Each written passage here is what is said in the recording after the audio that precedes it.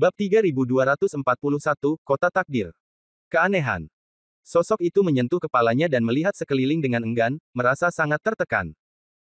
Setelah menyingkirkan Hong Luan dan gengnya tadi malam, Han San Qian sebenarnya tidak pergi jauh. Sebaliknya, dia menyembunyikan kehadirannya. Setelah memastikan bahwa Hong Luan dan yang lainnya telah pergi, dia muncul kembali dan berkeliaran di sekitar pegunungan. Dicari. Kabar baiknya adalah sebelum segel bumi pecah, dia terbang ke hampir setiap sudut pegunungan. Kabar buruknya, meski begitu, dia tidak mengetahui keberadaan Trenggiling dan lainnya, dan segel bumi muncul kembali di tengah malam. Sederhananya, Han San Qian cukup berpengalaman dalam koma singkat setelah kambuh.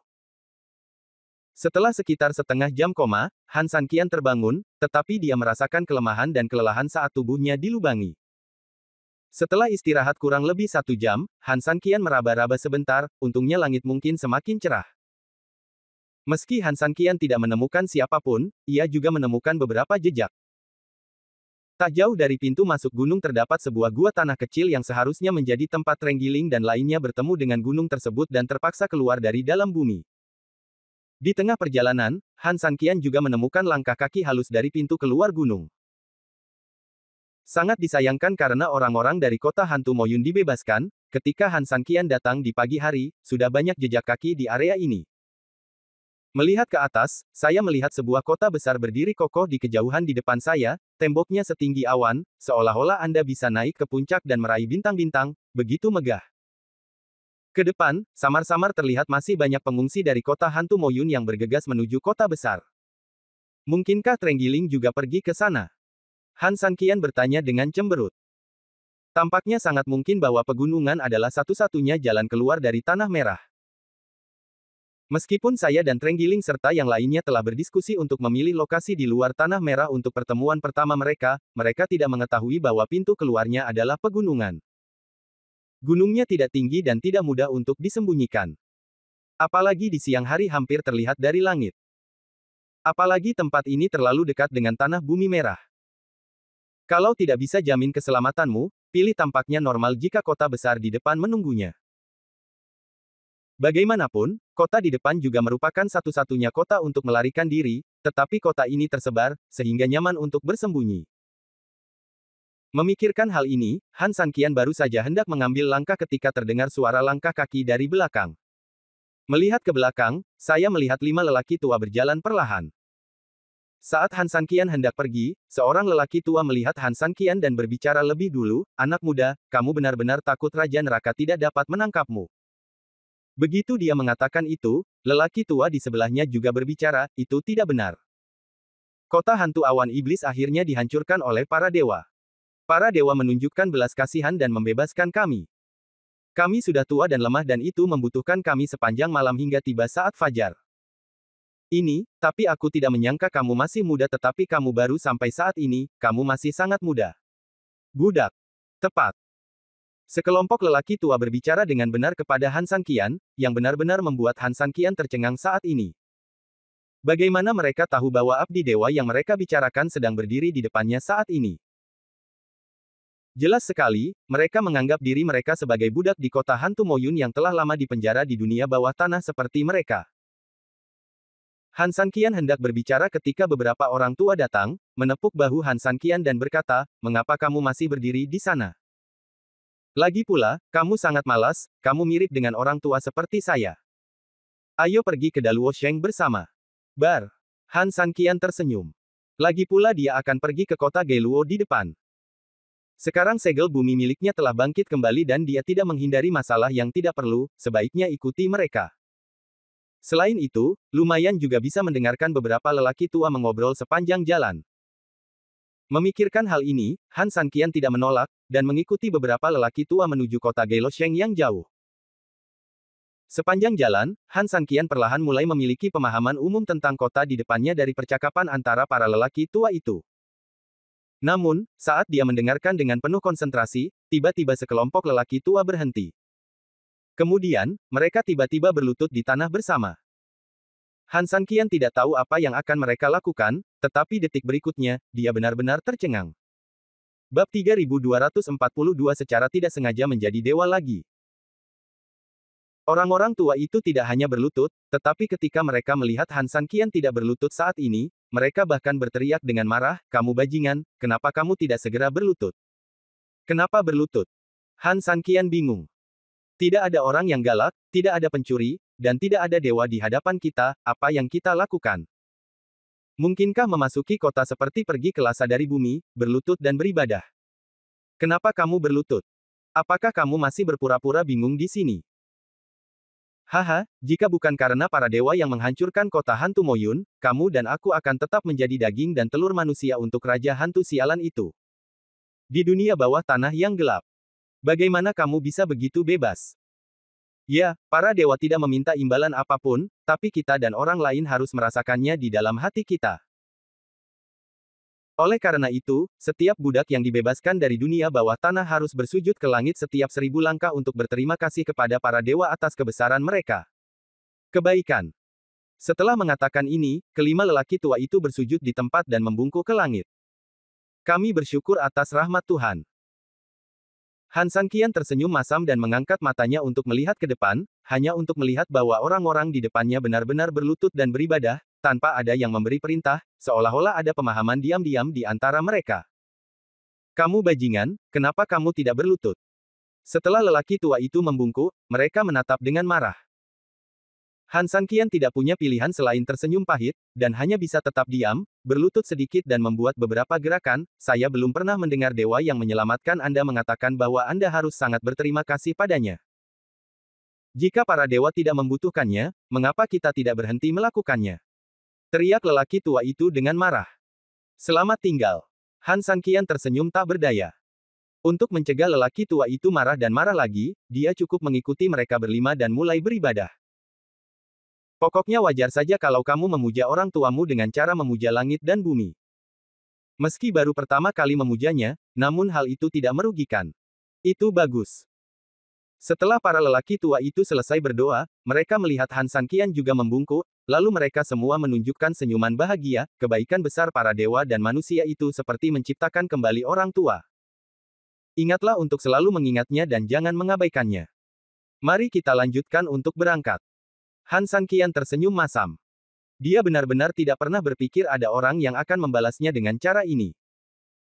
Namun, melihat mereka begitu bersyukur, Han San Qian merasa cukup baik. Melihat orang lain begitu bahagia adalah hal yang paling berarti dalam membantu. Mari kita lanjutkan pembicaraan tentang kota yang pantas untuk jatuh ini. Jika kita ingin berbicara tentang betapa bencinya Raja Hantu dari kota hantu awan iblis ini, maka betapa baik dan berbudi luhurnya pemilik kota dari kota yang pantas untuk jatuh ini. Kejahatan-kejahatan ini dan kebajikan begitu dekat satu sama lain. Terkadang Anda juga harus menyesali bahwa kehendak Tuhan mempermainkan orang-orang di dunia ini. Sebenarnya, kota ini awalnya hanya sebuah tempat kecil, hanya karena sebagian besar pedagang yang lewat menetap di sini. Siapa sangka kota ini akan berkembang menjadi skala yang begitu tinggi sekarang. Meskipun penguasa kota yang pantas di penjara berasal dari keluarga kaya, dia hanyalah anak rakyat jelata yang terlantar. Dia diturunkan pangkatnya karena kelahirannya yang rendah. Dia hanya mendapat bantuan dari pamannya dan membujuk ayahnya, jadi dia ditugaskan di sini, tapi bagaimana dia bisa mengharapkannya? Kebetulan dia adalah bajingan tidak berguna yang tidak dipandang rendah oleh orang lain, tapi sekarang dia memiliki bakat seperti itu. Mendengarkan apa yang dikatakan orang-orang tua itu satu sama lain, Han San Qian mau tidak mau menjadi tertarik pada apa yang disebut penguasa kota di depannya yang akan jatuh ke dalam kota. Sampai batas tertentu, pengalamannya agak mirip dengan pengalamannya. Oleh karena itu, Han San Qian benar-benar memiliki ekspektasi terhadap penguasa kota dengan bakat dan rencana hebat ini, karena keduanya diturunkan dari akhir dunia. Saat dia berbicara, semakin banyak orang yang berjalan di sepanjang jalan. Di antara mereka tidak hanya monster dan warga sipil yang melarikan diri dari kota hantu Moyun, tetapi juga banyak orang yang mengambil jalan memutar jauh untuk memasuki kota. Ada orang-orang terkemuka, orang-orang liar dan galak, dan ada banyak jenis orang yang berjalan di sepanjang jalan. Di depan gerbang kota besar, kebanyakan orang mengantri menunggu peninjauan izin akhir. Yang mengejutkan Han San Qian adalah Luosheng ini benar-benar berbeda dengan kota-kota lain, para prajurit di gerbang kota sebenarnya sama dengan yang ada di dataran tengah, mengenakan baju besi yang rapi, menjaga ketertiban secara teratur, dan memeriksa orang-orang yang lewat. Mengapa tiba-tiba ada begitu banyak orang hari ini? Penjaga yang menjaga kota memandangi kerumunan besar orang. Meskipun selalu ada banyak pedagang yang melewati tempat ini di Luosheng, jumlah orangnya telah meningkat secara signifikan saat ini, yang membuat petugas keamanan yang sudah lama memeriksa pintu menjadi sedikit aneh. Setelah mendengar pertanyaan petugas tersebut, para prajurit tidak ragu sama sekali, banyak dari mereka berasal dari kota hantu Moyun. Kota hantu Moyun. Penjaga itu tertegun, hanya orang-orang yang datang ke tempat itu, kapan orang-orang mulai pergi lagi? Haha, kudengar ada dewa yang langsung menghancurkan kota hantu Moyun. Ayo, selanjutnya, prajurit itu selesai berbicara dan berteriak di saat yang bersamaan. Pada saat ini, orang berikutnya, Han Sanqian dan sekelompok lelaki tua mendatangi mereka. Bab 3243, Legenda di Kota. Prajurit itu memandang ke arah Han Sanqian, lalu ke lelaki tua di sampingnya, dan berkata sambil tersenyum, bukankah ini orang yang datang dari kota hantu Moyun?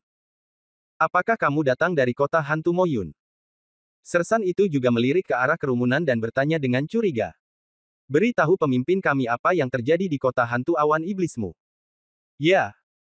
Orang tua terkemuka memanggil Lao Ju, dan menjawab sebagai tanggapan, ada dewa yang pertama membunuh Shuro berwajah giok, kemudian membunuh Raja Hantu Kota Hantu, dan menghancurkan kota hantu Moyun. Sekarang, hantu Moyun, kota telah secara resmi dinyatakan sebagai budak iblis. Tanah klan menghilang, dan kami, para budak yang dipenjara, diberi banyak uang dan dibebaskan. Ketika membicarakan hal ini, Lao Ju tampak sangat bersemangat, dia telah menghabiskan hampir setengah dari kehidupannya yang kejam dan kelam di kota hantu Moyun, dan lotere setiap tahun dipenuhi dengan ketakutan. Saat ini, orang-orang sudah tua dan tidak lagi takut dengan lotere. Mereka menunggu kematian, tetapi tiba-tiba mereka terbebas. Kegembiraan karena sangat putus asa dan tiba-tiba melihat harapan ini jelas bukan sesuatu yang dapat dipahami oleh orang awam. Apakah ini benar? Penjaga itu mengerutkan kening, jelas tidak percaya. Meskipun prajurit itu baru saja berbicara terlalu banyak, dia tidak mengambil hati. Bagaimanapun, konflik antara kedua belah pihak pecah beberapa waktu lalu di kota hantu Moyun. Meskipun kedua belah pihak meraih kemenangan besar di kota hantu Moyun. Perang, mereka masih harus berpartisipasi dalam perang itu. Semua orang mengerti. Kota hantu Moyun tetaplah kota hantu Moyun. Bahkan unta kurus pun lebih besar dari kuda. Meski dikalahkan secara mengenaskan, namun tetap menimbulkan dampak dan kerusakan yang besar pada kota tersebut. Sekarang, penguasa kota sedang sakit kepala untuk perang berikutnya, dan bahkan mengatur kota untuk mempersiapkan perang gesekan jangka panjang. Namun, sedikit yang dia tahu bahwa tiba-tiba seperti angin musim semi dalam semalam, hantu awan setan kota Nuoda tiba-tiba menghilang. Tuan, beraninya kami menipu Anda. Selain itu, Anda juga tahu bahwa orang tidak diperbolehkan masuk atau keluar dari kota hantu awan setan ini. Sekarang, tidakkah Anda merasa aneh jika banyak orang meninggalkan kota? Lao Juyi Said, lelaki tua di sebelahnya juga tersenyum dan mengangguk.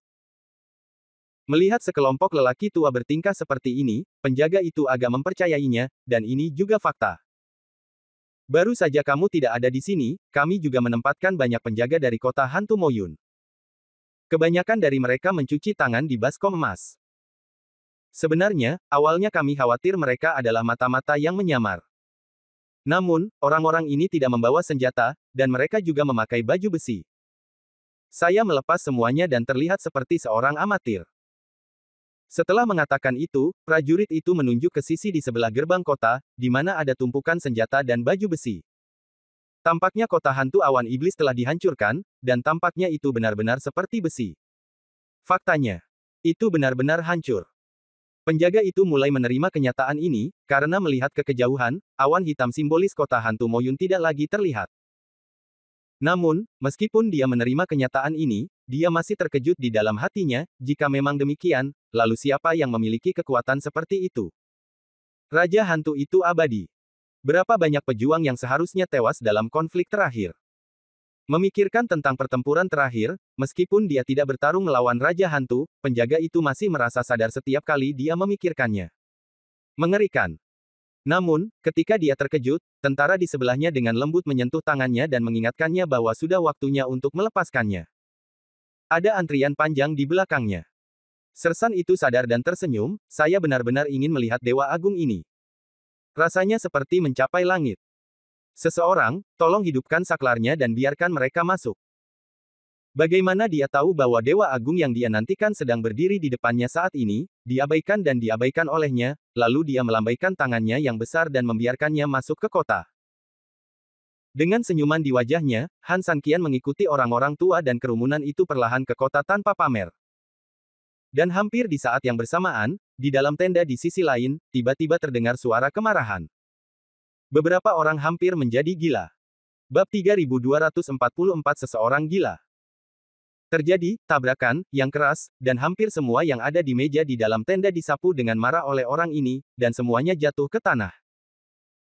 Puluhan ribu elit kota hantu Moyun tidak hanya tersebar, tetapi bahkan Shuro berwajah giok dan Raja Hantu terbunuh satu demi satu. Pei Siyuan berada di tenda sementara, ketika dia mendengar bahwa pengintainya telah kembali untuk melapor, dia sudah sangat marah dan bahkan sedikit histeris. Untuk menjaga Han Sanqian di kota hantu Moyun, dia bersusah payah, dan bahkan menyampaikan masalah ini kepada kepala keluarga dengan cepat menggunakan metode komunikasi khusus keluarga. Namun siapa sangka bahkan jika kepala keluarga mengirim surah berwajah giok dan putri ketujuh untuk melakukan perjalanan khusus, hal yang tampaknya pasti telah terhenti di tengah jalan. Orang ini hanyalah manusia biasa, kenapa dia begitu repot? Pei Siyuan tidak mengerti sama sekali. Bahkan jika dia kalah, itu tidak masalah. Lagi pula, aku memang ceroboh, tapi kali ini kota hantu awan iblis berbeda. Itu adalah zona kematian yang memakan orang tanpa memuntahkan tulangnya. Aku bahkan bersatu dengan kekuatan yang begitu besar, tapi kenapa aku masih gagal dalam akhir? Dia tidak mau menerimanya, dan dia juga tidak memahaminya. Saya tidak peduli siapa dia. Anda segera menghubungi putri ketujuh dan memintanya untuk memimpin sisa prajurit kota hantu Moyun dan pasukannya sendiri untuk mengejar dari belakang. Saya akan menghubungi kepala keluarga dan mengirim pasukan baru ke mencegat, tidak peduli apa anak itu dewa atau hantu, aku, Pei Siyuan, akan membunuhnya di dalam toples. Dia berteriak dengan marah. Tetapi begitu dia selesai berbicara, pengintai yang berlutut di depannya ragu-ragu dan berkata, laporkan. Laporkan. Tetua ke-11, putri ke-7, dia. Ada apa dengan dia? Apakah dia tidak mau? Pei Siyuan tiba-tiba bertanya-tanya. Tidak. Tidak, itu. Setelah kota hantu Moyun dihancurkan, putri ke-7. Dia dan sekelompok pengikutnya juga tiba-tiba dan menghilang secara misterius. Ledakan. Mendengar hal tersebut, Pei Siyuan tiba-tiba merasa langit gelap dan bumi gelap, ia tersandung beberapa kali, merobohkan meja dan kursi di sebelahnya, dan hampir pingsan di tempat. Apa, putri ketujuh hilang. Wajah Pei Siyuan menjadi sedikit pucat. Dia mungkin tidak mengerti apa artinya kehilangan istri dan pasukanmu sebelumnya, tapi saat ini, dia tahu arti kata-kata ini dan kesedihan di dalamnya lebih baik daripada orang lain. Tepat sekali. Pengintai itu menundukkan kepalanya, tidak berani mengangkat kepalanya sama sekali. Begitu Pei Siyuan menyentuh dadanya, energi dan darahnya tiba-tiba melonjak, dia merasa seolah-olah darah mengalir deras menuju topi Tianling miliknya, membuat orang lain merasa mati rasa. Bagaimana ini bisa terjadi? Dia ragu-ragu dan tidak berdaya. Namun, pada saat ini, tirai terbuka sedikit dan utusan khusus itu perlahan masuk. Begitu dia melihat utusan khusus, Pei Siyuan buru-buru berjalan, utusan khusus, di mana kota hantu Moyun. Dia hendak berbicara tentang situasi saat ini di sana, tetapi saat ini utusan khusus telah melambaikan tangannya dan berkata dengan dingin, tidak perlu bicara lebih banyak, saya sudah tahu. Kalau begitu, Pei Siyuan sedikit tidak sabar dan tidak mau. Sepertinya kita telah bertemu lawan yang nyata. Utusan khusus itu mengerutkan kening, tetapi kemudian tersenyum dan berkata, pikirkanlah, bahkan orang-orang yang dekat dengan kota gurun kita tidak akan pernah berani melintasi kota Yuming. Orang ini tidak hanya berani menyeberang, bahkan Raja Yuming pun tidak meremehkannya. Jika dia tidak memiliki kemampuan, bagaimana dia bisa begitu berani? Aku tidak tahu apa niat orang ini untuk masuk jauh ke dalam klan iblis, tapi aku bisa membayangkan klan iblis tidak akan damai di masa depan. Jangan terlalu tidak sabar ketika berhadapan dengan orang seperti itu. Kamu tidak bisa menjadi gemuk dalam satu tarikan napas. Menepuk bahu Pei Siyuan, wajah utusan itu menjadi sedikit dingin. Setelah ragu-ragu sejenak, dia berkata dengan dingin, sudah waktunya jatuh ke kota. Si Yuan mengerti. Setelah mengatakan ini, mata Pei Siyuan menjadi dingin. Setelah buru-buru menundukkan tangannya, dia berbalik dan meninggalkan tenda. Setelah Pei Siyuan pergi, sikap dingin utusan khusus yang suram itu berubah menjadi ekspresi yang galak. Dia mengepalkan tinjunya dan berkata dengan dingin, sepertinya kali ini utusan khusus itu harus mengambil tindakan secara pribadi. Nak, sebaiknya jangan biarkan aku menangkapmu. Saat ini, di kota ini, tidak seperti tempat iblis lainnya yang tidak bernyawa, tempat ini cukup hidup dan menyenangkan seperti kota manusia di dataran tengah. Khususnya, ada peristiwa-peristiwa bahagia yang terjadi di kota saat ini, dan seluruh kota menjadi lebih semarak. Di sebuah kedai tertentu, Han Sanqian dan 5 lelaki tua baru saja masuk dan berencana untuk makan sesuatu. Han Sanqian juga ingin melihat apakah Trenggiling dan yang lainnya sudah menetap di sini. Tapi begitu dia duduk, sejumlah besar orang bergegas masuk. Bab 3245 Makanan Gratis. Jangan dimakan, jangan dimakan. Ada 12 atau 3 orang dalam tim ini. Mereka mengenakan baju besi dan memegang senjata. Mereka sangat agung. Pemimpinnya sangat tinggi dan terlihat sangat kuat. Saat dia meraung dengan energi yang besar, seluruh kelompok tiba-tiba terguncang. Kedai yang ramai tiba-tiba terdengar. Semua orang memandang ke arah pemimpin itu, mata mereka penuh kebingungan tentang apa yang sedang terjadi. Tuan, Tuan. Pada saat ini, penjaga toko dengan cepat berlari keluar bersama pelayan, mendatangi sekelompok penjaga dengan hormat, dan berkata sambil tersenyum, apa yang terjadi? Apakah ada yang salah dengan salam toko? Sudah Anda membuat beberapa pria tidak senang. Bagaimana kalau mengundang saya duduk di lantai atas? Saya akan menanggung semua makanan dan minuman dalam ingatan saya hari ini.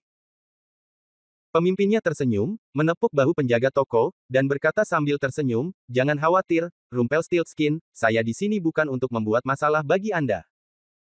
Setelah menyelesaikan kata-katanya, dia mengangkat matanya untuk melihat ke semua orang, mengatur napas, dan dengan lantang berkata lagi, saya di sini untuk menyampaikan kabar baik kepada Anda. Tuan kota mendapat perintah, dan berkah besar telah tiba. Sekarang kota hantu awan iblis telah dihancurkan oleh para dewa yang turun dari langit. Sebagai rasa terima kasih kepada Tuhan atas kebaikannya, 5.000 orang telah disiapkan di atas meja di tempat kurban di kota. Semua penduduk kota ini atau orang-orang yang melewati kota ini akan menghadiri perjamuan dan seluruh kota akan bergembira. Begitu dia selesai berbicara, kerumunan yang sangat sunyi tiba-tiba menjadi sangat berisik. Faktanya, sejak Han Sanqian dan yang lainnya memasuki kota, terdengar orang-orang berbicara dengan keras atau berbisik tentang hal itu. Hal ini hampir menjadi hal yang paling populer di kota ini saat ini. Kota hantu Moyun terletak di Yufang dan sangat berbahaya. Bagi orang yang lewat, menunda rencana perjalanan tentu saja merupakan kebencian. Bagi masyarakat kota ini, mereka sudah benci memiliki tetangga yang begitu kejam. Sekarang, seseorang mengambil tindakan untuk mendidik mereka, yang secara alami menghilangkan kebencian mereka. Ini salah satunya. Poin kedua, dan poin terpenting, adalah tingkat legendaris dari masalah ini. Meskipun banyak orang telah melihat banyak orang dari kota hantu Moyun melucuti senjata mereka dan datang ke sini, atau melarikan diri ke sini, dua kata menakutkan kota hantu Moyun dan tanah bumi merah telah lama tertanam dalam di hati setiap orang. Saat ini, tempat ini merupakan tempat yang sangat menakutkan, bukan tidak mungkin untuk keluar seperti yang dibayangkan semua orang, juga tidak melalui kesulitan yang tak terhitung jumlahnya seperti yang dibayangkan semua orang, tetapi hal itu hampir dilakukan dengan cara yang tidak berani dipikirkan oleh siapapun. Seluruh kota musnah dalam semalam. Ini hanyalah sebuah keajaiban, dan menyebutnya sebagai legenda tidaklah berlebihan. Sial, apa yang aku bicarakan? Aku baru saja mengatakan bahwa setelah acara besar yang membahagiakan kali ini, penguasa kota Luo pasti akan mengadakan jamuan makan untuk semua orang. Bagaimana kalau, biarkan aku melakukannya dengan benar? Haha, luar biasa, tapi acara bahagia seperti itu memang patut untuk dirayakan. Bagi kami, kalau ke utara lagi di kemudian hari, akhirnya kami tidak perlu mengambil jalan memutar yang jauh. Bagi Gei Losheng, tenggorokan kami akan sakit. Bebas mulai sekarang. Bernapaslah secara alami dan lancar, dan mungkin Anda bisa menjadi pria gemuk besar dengan menghisapnya. Setelah kata-kata itu terlontar, orang-orang di sekitarnya tertawa terbahak-bahak, dan para penjaga pun saling tersenyum, tentunya kata-kata tersebut sangat enak didengar. Lagi pula, ini waktunya bersembunyi di kota selama bertahun-tahun, dan ini benar-benar waktu untuk menghasilkan banyak uang. Pemimpinnya berteriak, lalu tunggu apa lagi? Semuanya, cepat ikuti saya ke jamuan makan. Setelah mengatakan itu, sekelompok orang juga berjalan keluar dengan gembira satu per satu. Tidak terkecuali Lao Ju dan yang lainnya, tetapi ketika mereka mengangkat kaki, mereka melihat Han San Qian masih duduk di sana. Anak muda, apa yang kamu lakukan berdiri di sana dengan linglung? Ayo pergi. Han San Qian menggelengkan kepalanya, aku tidak akan pergi, kamu boleh pergi. Faktanya, Han San Qian telah mencari-cari sejak memasuki kota, tetapi dia tidak dapat menemukan jejak terenggiling dan lainnya. Suasana hati Han San Qian sedang buruk. Sekarang, Han San Qian tidak dapat menemukan siapapun di kedai, dan semangatnya bahkan lebih rendah. Bagaimana dia bisa ingin menghadiri jamuan perayaan saat ini? Sial, kawan, kamu bisa memanfaatkan kemuliaan dewa dan makan perjamuan besar sebagai penguasa Luosheng. Tahukah kamu bahwa ini adalah berkah yang tidak akan pernah bisa kamu kembangkan dalam banyak kehidupan? Penguasa kota Gailuo masih muda dan berbakat. Tidak peduli berapa banyak orang yang ingin mengunjunginya, mereka bahkan tidak bisa memintanya, apalagi memiliki kesempatan untuk duduk di meja yang sama dan makan malam bersamanya. Kamu punya seperti itu suatu kehormatan hari ini, kenapa kamu tidak tahu bagaimana cara menghargainya? Haha, ngomong-ngomong, aku harus berterima kasih kepada abdi Tuhan itu. Kalau tidak, apalagi anak ini, bahkan kamu dan aku tidak akan memenuhi syarat sama sekali. Ketika sekelompok orang yang lewat melihat ini, mereka semua menggelengkan kepala dan menghela nafas. Pada saat ini, pemimpinnya sudah bergegas dengan marah. Bab 3246, tidak dapat melihat Gunung Tai yang sebenarnya. Tanpa menunggu reaksi Han San Qian, pemimpin itu meraih kerah Han San Qian dan langsung mengangkat Han San Qian, anak nakal, apa yang baru saja kamu katakan? Kamu pantas mendapatkan kebaikan besar dari Tuan Kota, tapi kamu tidak berani menunjukkan wajahmu padaku. Pria itu sangat kejam, dengan wajah dingin dan ekspresi marah, seolah dia akan menelan Han San Qian hidup-hidup dalam sekejap. Hampir pada saat yang sama, orang-orang di sekitar tidak hanya tidak menganggap bahwa perilaku pemimpin itu sembrono, tetapi juga menuding Han San Qian secara langsung, kamu benar, jika kamu tidak memberikan wajah kepada Tuan Luo, kamu tidak akan menang. Jangan beri kami muka untuk menunggu. Ini jika kamu mati, tidak ada yang akan mengasihanimu. Sebenarnya kehilangan wajah penguasa kota itu masalah kecil, tapi wajah dewa yang turun dari langit adalah masalah besar.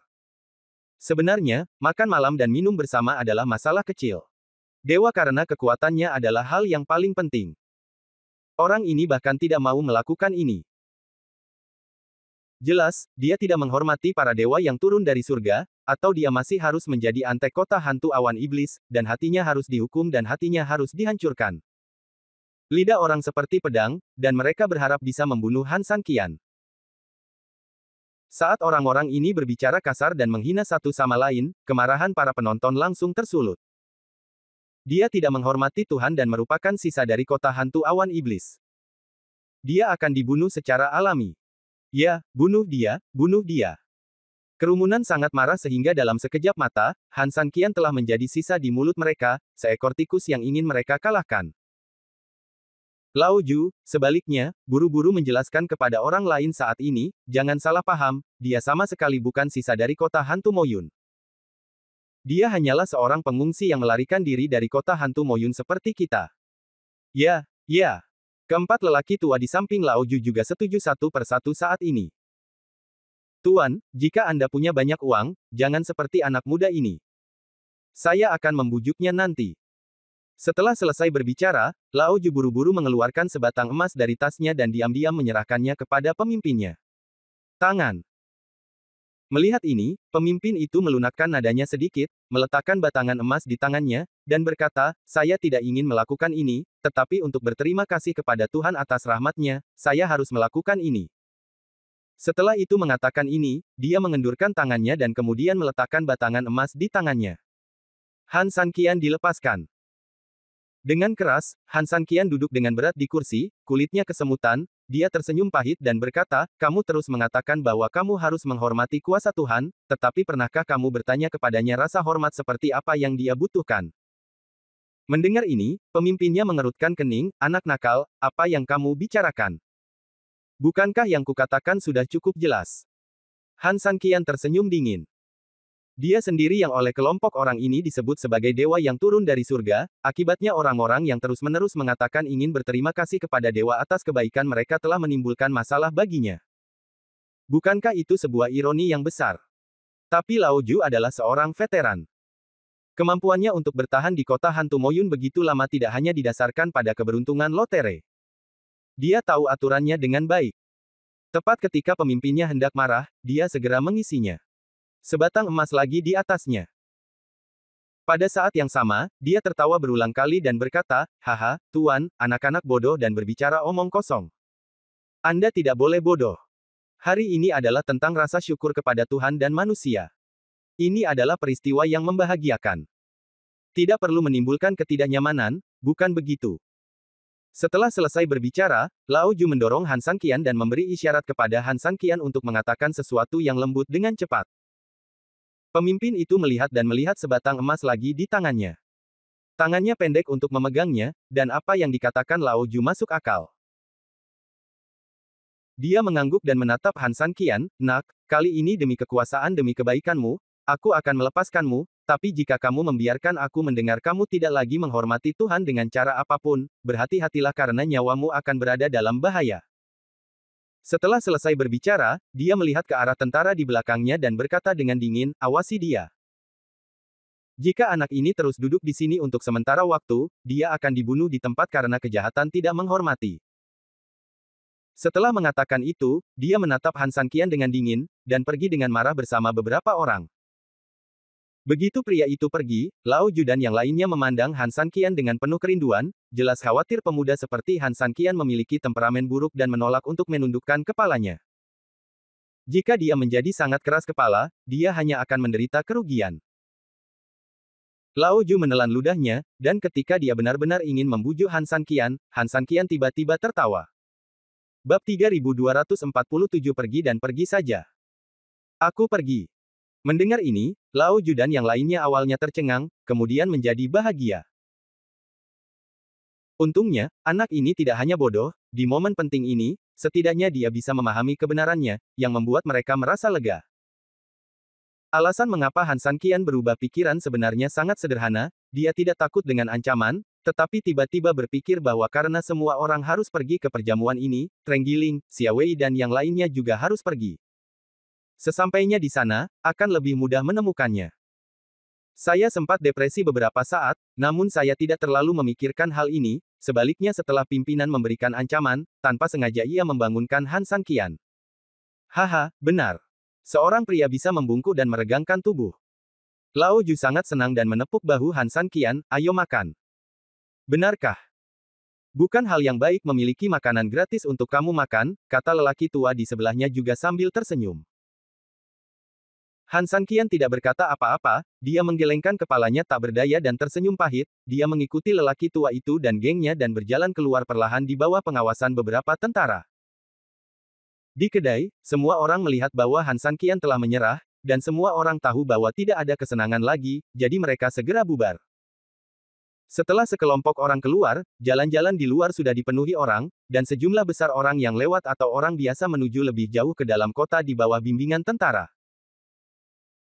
Han San Qian agak istimewa, seseorang menemaninya sepanjang proses, dan dia tidak tahu apakah itu peristiwa yang membahagiakan atau peristiwa yang menyedihkan.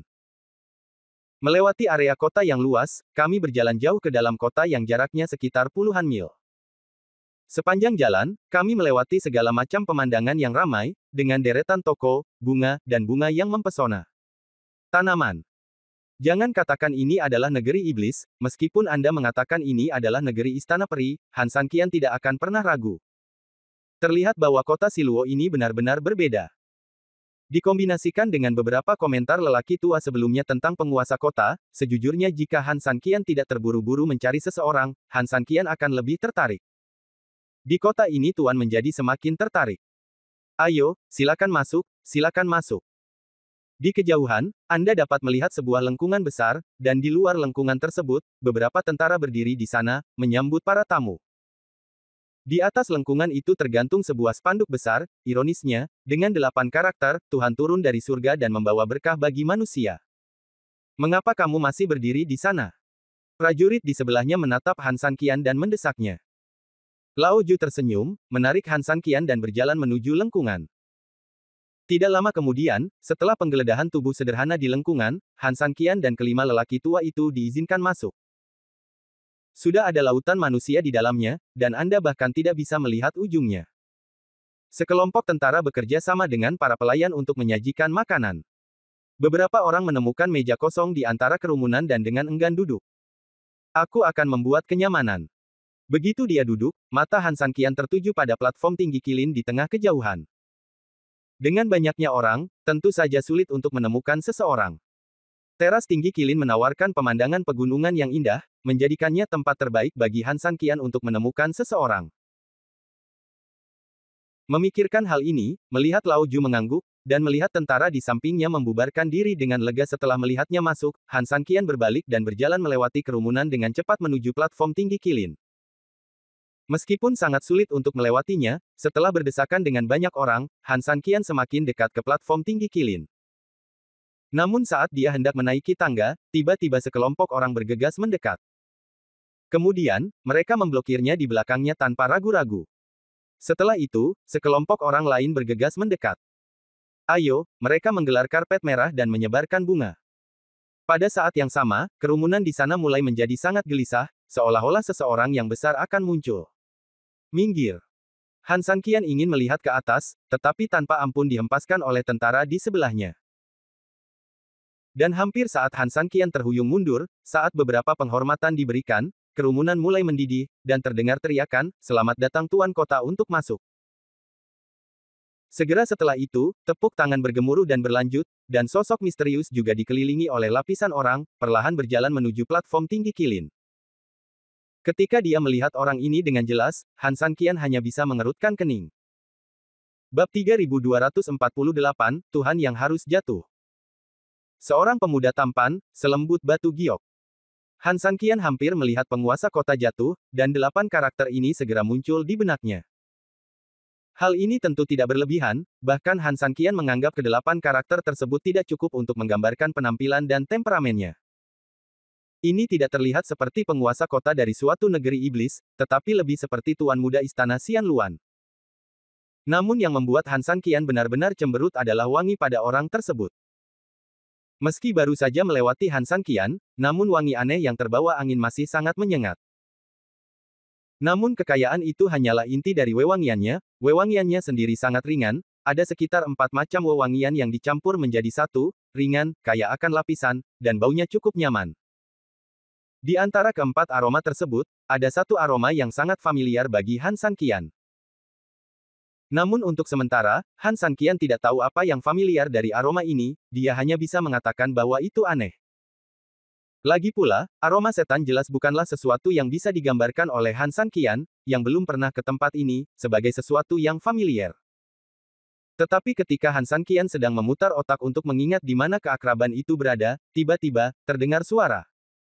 Leng Heng membawanya kembali ke dunia nyata. Apakah kamu nakal lagi? Mendengar suaranya, dia mendongak dan melihat garis hitam di wajah Han San Qian. Bukan berarti musuh tidak berkumpul. Pada saat ini, sekelompok orang di belakang penguasa kota juga berada dekat dengan platform tinggi, dan Han San Qian sedang menghadapi pemimpin di kedai tadi. Ini bukan tempat yang seharusnya kamu berada di sini, keluar dari sini, dia berteriak dengan suara rendah. Han San Qian sedikit tidak berdaya, tetapi ketika dia melihat ke belakang, dia melihat bahwa penguasa kota memandangnya dengan ringan karena ini. Meskipun matanya sangat samar, tanpa emosi, dan bahkan sedikit mudah didekati, petugas etiket di sampingnya masih lari ke bawah beberapa langkah, teriak ke arah petugas terdepan, "Ada apa? Apa kamu ribut?" "Haha, Tuan Chen, ini masalah sepele, hanya bertemu dengan orang idiot," sersan terkemuka itu tersenyum naif. General Manajer Chen mengangkat matanya dan melirik ke arah Han San Qian, dan mengangguk, "Atasi masalah ini dengan baik dan jangan menindas warga sipil." Setelah selesai berbicara, Tuan Chen kembali ke Tuan Kota dan membisikkan beberapa kata di telinganya. Tuan Kota mengangguk, lalu memberi Han San Qian senyuman sopan dan melihat ke depan, "Semuanya, apa yang terjadi di kota hantu Moyun? Saya pikir sudah jelas bahwa kota ini menindas semua orang dan merugikan satu pihak. Penguasa kota ini menerima saran Anda dan telah menyerang para pencuri jahat. Namun, pencuri jahat itu sangat kuat. Meskipun kita memiliki kemenangan kecil, sulit untuk menggoyahkan fondasinya. Sederhananya, para dewa dan manusia dari surga akan melindungi kita dan melenyapkan kota hantu awan iblis dalam satu malam, membuka jalan untuk ribuan orang iblis kita. Tentu saja, para dewa dan naga telah melihat kepala mereka tetapi tidak melihat ekornya. Kami ingin berterima kasih kepada para dewa tetapi tidak memiliki kesempatan. Namun, tidak pantas untuk tidak menghormati pencapaian sebesar itu. Oleh karena itu, saya, penguasa alam kota, beranikan diri untuk mengusulkan hal ini dan dunia akan memberi penghargaan kepada saya. Mari kita bersyukur kepada Tuhan bersama-sama. Semuanya, angkat gelas bersamaku. Begitu dia selesai berbicara, sekelompok orang berdiri dan mengangkat kacamata mereka. Ambillah. Sersan terkemuka itu tampak tidak senang. Dia mengambil segelas anggur dari samping dan menyerahkannya kepada Han Sanqian. Han Sanqian sendiri ada di kedai dan menolak untuk pergi. Sekarang orang ini berdiri di sini tanpa meja utama. Jelas tidak ada anggur untuk diminum dan tidak ada gelas untuk diangkat. Tentu saja, Sersan terkemuka tidak ingin orang ini membuat kekacauan. Hadiah kali ini diisi dengan gelas wine seperti ini. Han Sanqian hanya bisa mengangkat gelasnya sedikit, namun dia tersenyum pahit di dalam hatinya. Bagaimanapun, wine ini masih merupakan penghormatan kepadanya, namun lebih sulit untuk ditolak daripada wine yang berkualitas. Orang-orang yang menyembah Tuhan. Tuan kota berteriak, dan kemudian meminum semuanya di depan semua orang. Dia seperti ini, begitu pula orang-orang di bawahnya. Roti bersulang dengan cepat selesai. Anggurnya sangat kuat. Han Sanqian, penduduk asli dataran tengah, benar-benar tidak terbiasa meminumnya. Dia tersedak. Tepat ketika dia hendak menyesapnya untuk kedua kalinya, sebuah kecelakaan terjadi. Kamu meminum ibumu. Terdengar teriakan marah, dan hampir sebelum Han Sanqian sempat bereaksi, bayangan hitam tiba-tiba muncul. Segera setelah itu, sebuah tangan besar langsung menamparkan tangan Han Sanqian, dan gelas anggur di tangan Han Sanqian terbang dengan kekuatan seperti itu. Bentak. Suara garing tiba-tiba bergema di seluruh adegan, seketika suasana semarak di tempat kejadian pun segera berakhir, dan sebagian besar orang langsung mencari suara tersebut. Han Sanqian mengangkat kepalanya sedikit kesal, dan menatap orang di depannya, Sersan terkemuka. Saat ini, dia marah pada bangku bundar dan menatap Han Sanqian dengan tajam, seolah dia ingin menelan Han Sanqian hidup-hidup. Bab 3249, Hormati Tuhan atau Tanda Provokasi.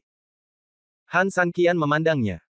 Meskipun dia tidak sombong, matanya dipenuhi dengan kerendahan hati dan dia bertanya, apa maksudnya ini? Apa maksudmu? Apakah kamu masih berpura-pura berada di sini bersamaku? Nak, aku tidak takut untuk memberitahumu bahwa aku sudah lama mengawasimu. Sersan terkemuka itu mengumpat dengan marah tanpa sopan santun sama sekali. Pada saat ini, dia tampak dengan santai melirik penguasa kota di belakangnya. Jelas sekali alasan kenapa dia tiba-tiba marah adalah karena Han Sanqian tiba-tiba tersedak saat sedang minum. Meskipun ini bukan hal yang aneh, yang menjengkelkan adalah penguasa kota berbalik dan menoleh ke belakang setelah mendengar batuknya. Sersan terkemuka pada awalnya tidak memiliki kesan yang baik terhadap Han Sanqian, tetapi sekarang dia berani bersikap begitu sombong di mata penguasa kota, tentu saja dia tidak bisa mentolerirnya sama sekali. Oleh karena itu, dia sangat marah hingga langsung menamparkan Han Sanqian. Han Sanqian tampak tidak berdaya dan menjelaskan, hanya saja anggurnya terlalu kuat, saya. Berhenti bicara omong kosong. Sersan terkemuka mendorong Han Sanqian pergi dengan telapak tangan yang marah. Pada saat ini, manajer umum Chen melihat ada sesuatu yang tidak beres, jadi dia segera berlari, mendekati Sersan, dan berteriak dengan suara dingin, Kapten Tu, apa yang terjadi? Laporkan ke manajer umum Chen. Kapten Tu, Sersan terkemuka, kali ini tidak lagi merendahkan suaranya. Sebaliknya, dia meninggikan suaranya di depan semua orang, anak ini tidak menghormati para dewa yang turun dari surga, dan juga tidak menghormati kepada penguasa kota. Bawahan saya tidak tahan melihatnya, jadi saya mengambil tindakan untuk memberinya pelajaran untuk memperbaiki diri. Manajer umum Chen sedikit kesal dengan cara Kapten Tu melakukan sesuatu, dan berteriak dengan lembut, ini adalah perjamuan besar, dan semua orang di dunia ada di sini. Anda bertindak sangat tidak masuk akal, itu hanyalah penghinaan terhadap kesopanan. Sudah kubilang, sebaiknya kamu punya alasan yang sah, kalau tidak, aku tidak akan membiarkanmu seenaknya hari ini.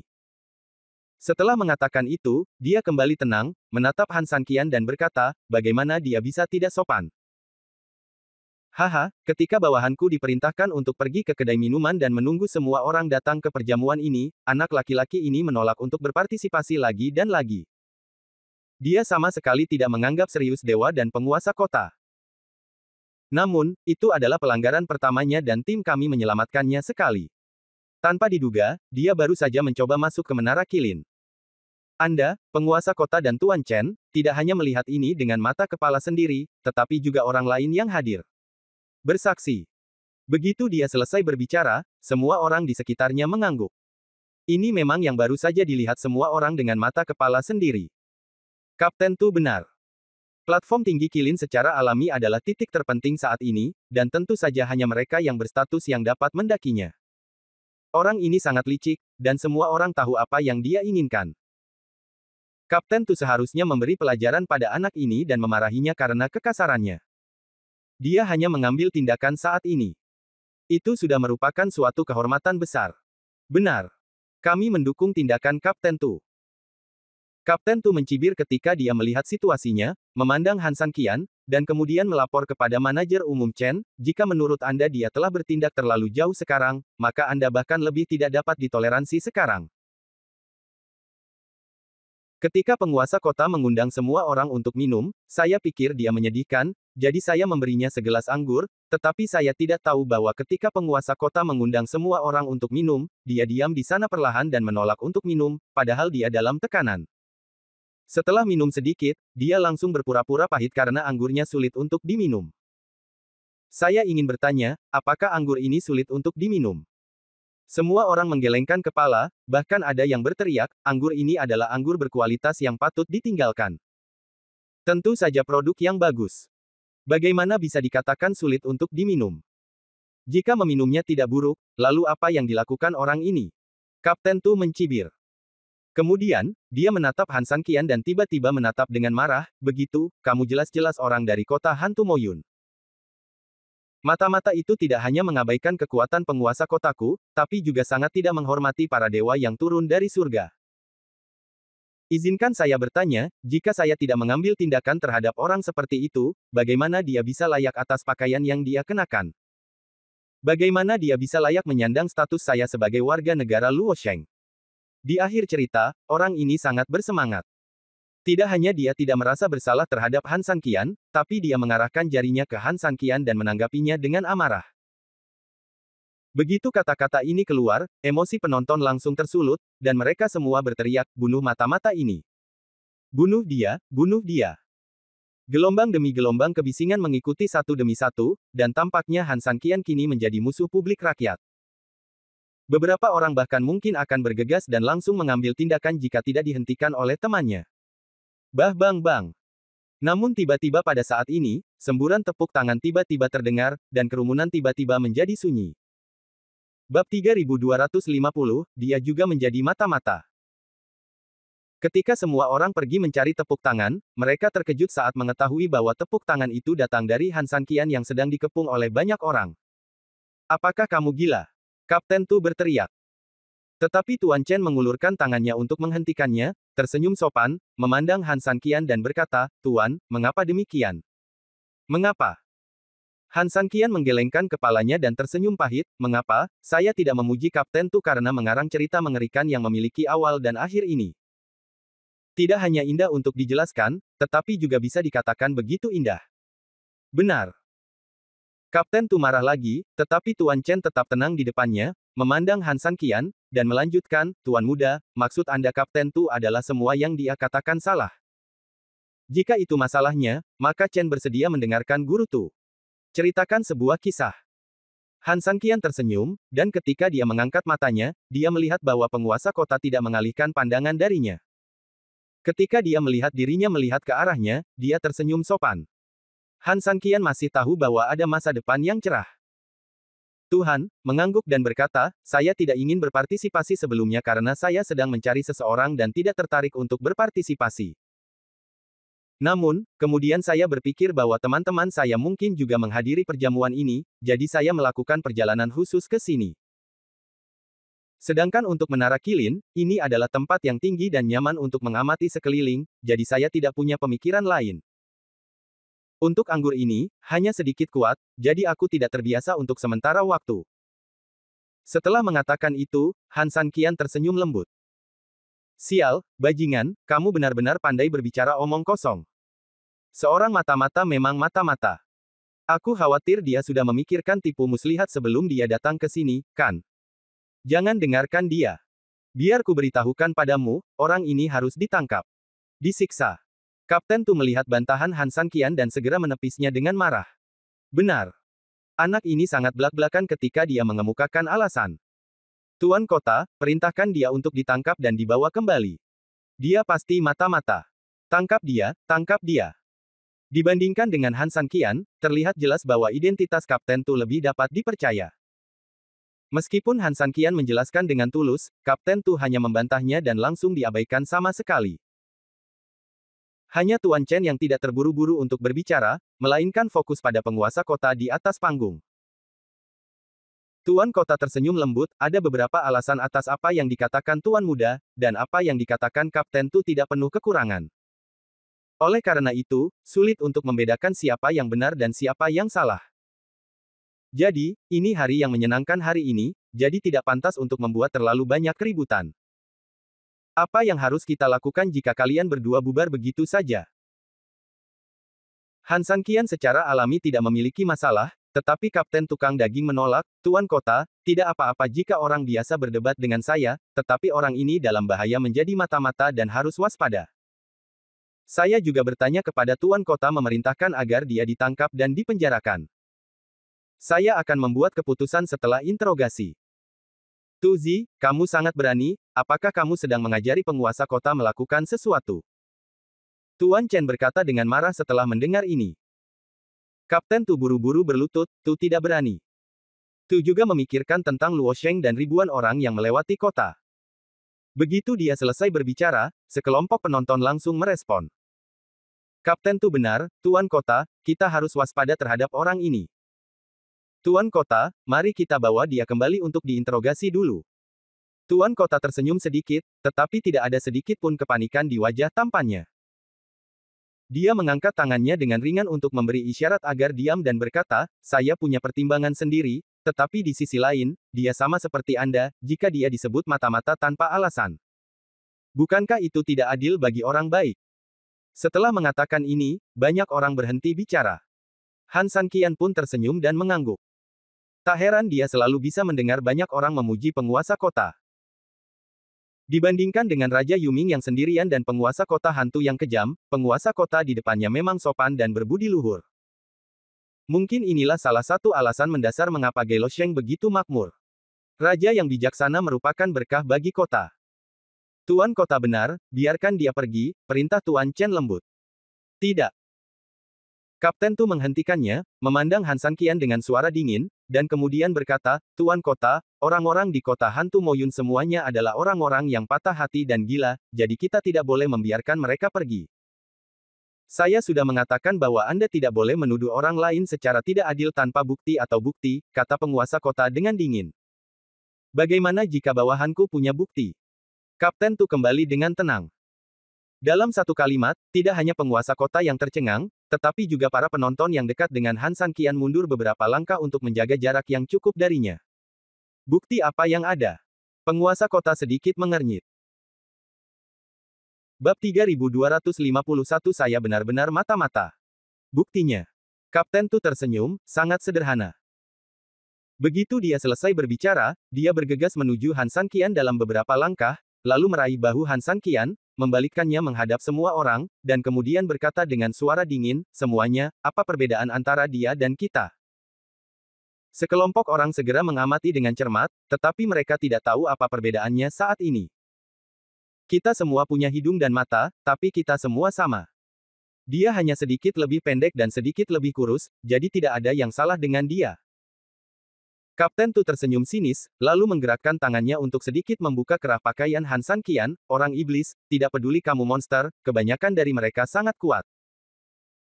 Meskipun ada beberapa yang kurus yang bertahan, tapi dia memiliki tanda iblisku di lehernya, jadi lihatlah lehernya. Dia bukan iblis. Orang ini. Ya, Kapten Tu tidak mengatakannya, tapi dia tidak mengamatinya dengan cermat. Jika kamu perhatikan lebih dekat, itu sangat jelas. Mengikuti perkataan Kapten Tu, semua orang tiba-tiba menyadari bahwa orang-orang dari ras iblis itu semua aneh dan memiliki penampilan yang berbeda-beda. Ini sendiri bukanlah hal yang istimewa. Jika demikian, memang mungkin untuk menemukan seseorang yang berpenampilan seperti itu. Sama seperti ras manusia dataran tengah. Namun pola setan di leher tidak bisa dipalsukan oleh klan lain, hanya orang yang tinggal di negeri setan yang bisa menikmatinya. Yang disebut orang-orang yang bukan dari klan kita pasti mempunyai pemikiran yang berbeda. Apalagi umat manusia dataran tengah sama sekali tidak berani melintasi kota Yuming. Datang kepada kami. Ini sudah jelas. Baiklah. Itu benar. Orang biasa tidak akan berani masuk jauh ke dalam klan iblis kita. Banyak orang mengangguk setuju, seolah apa yang mereka katakan masuk akal. Tidak bisakah mereka orang-orang dari dataran tengah yang ditangkap oleh kota hantu Moyun? Tuan Chen menghadapi tekanan, namun masih belum menarik kesimpulan prematur mengenai masalah tersebut.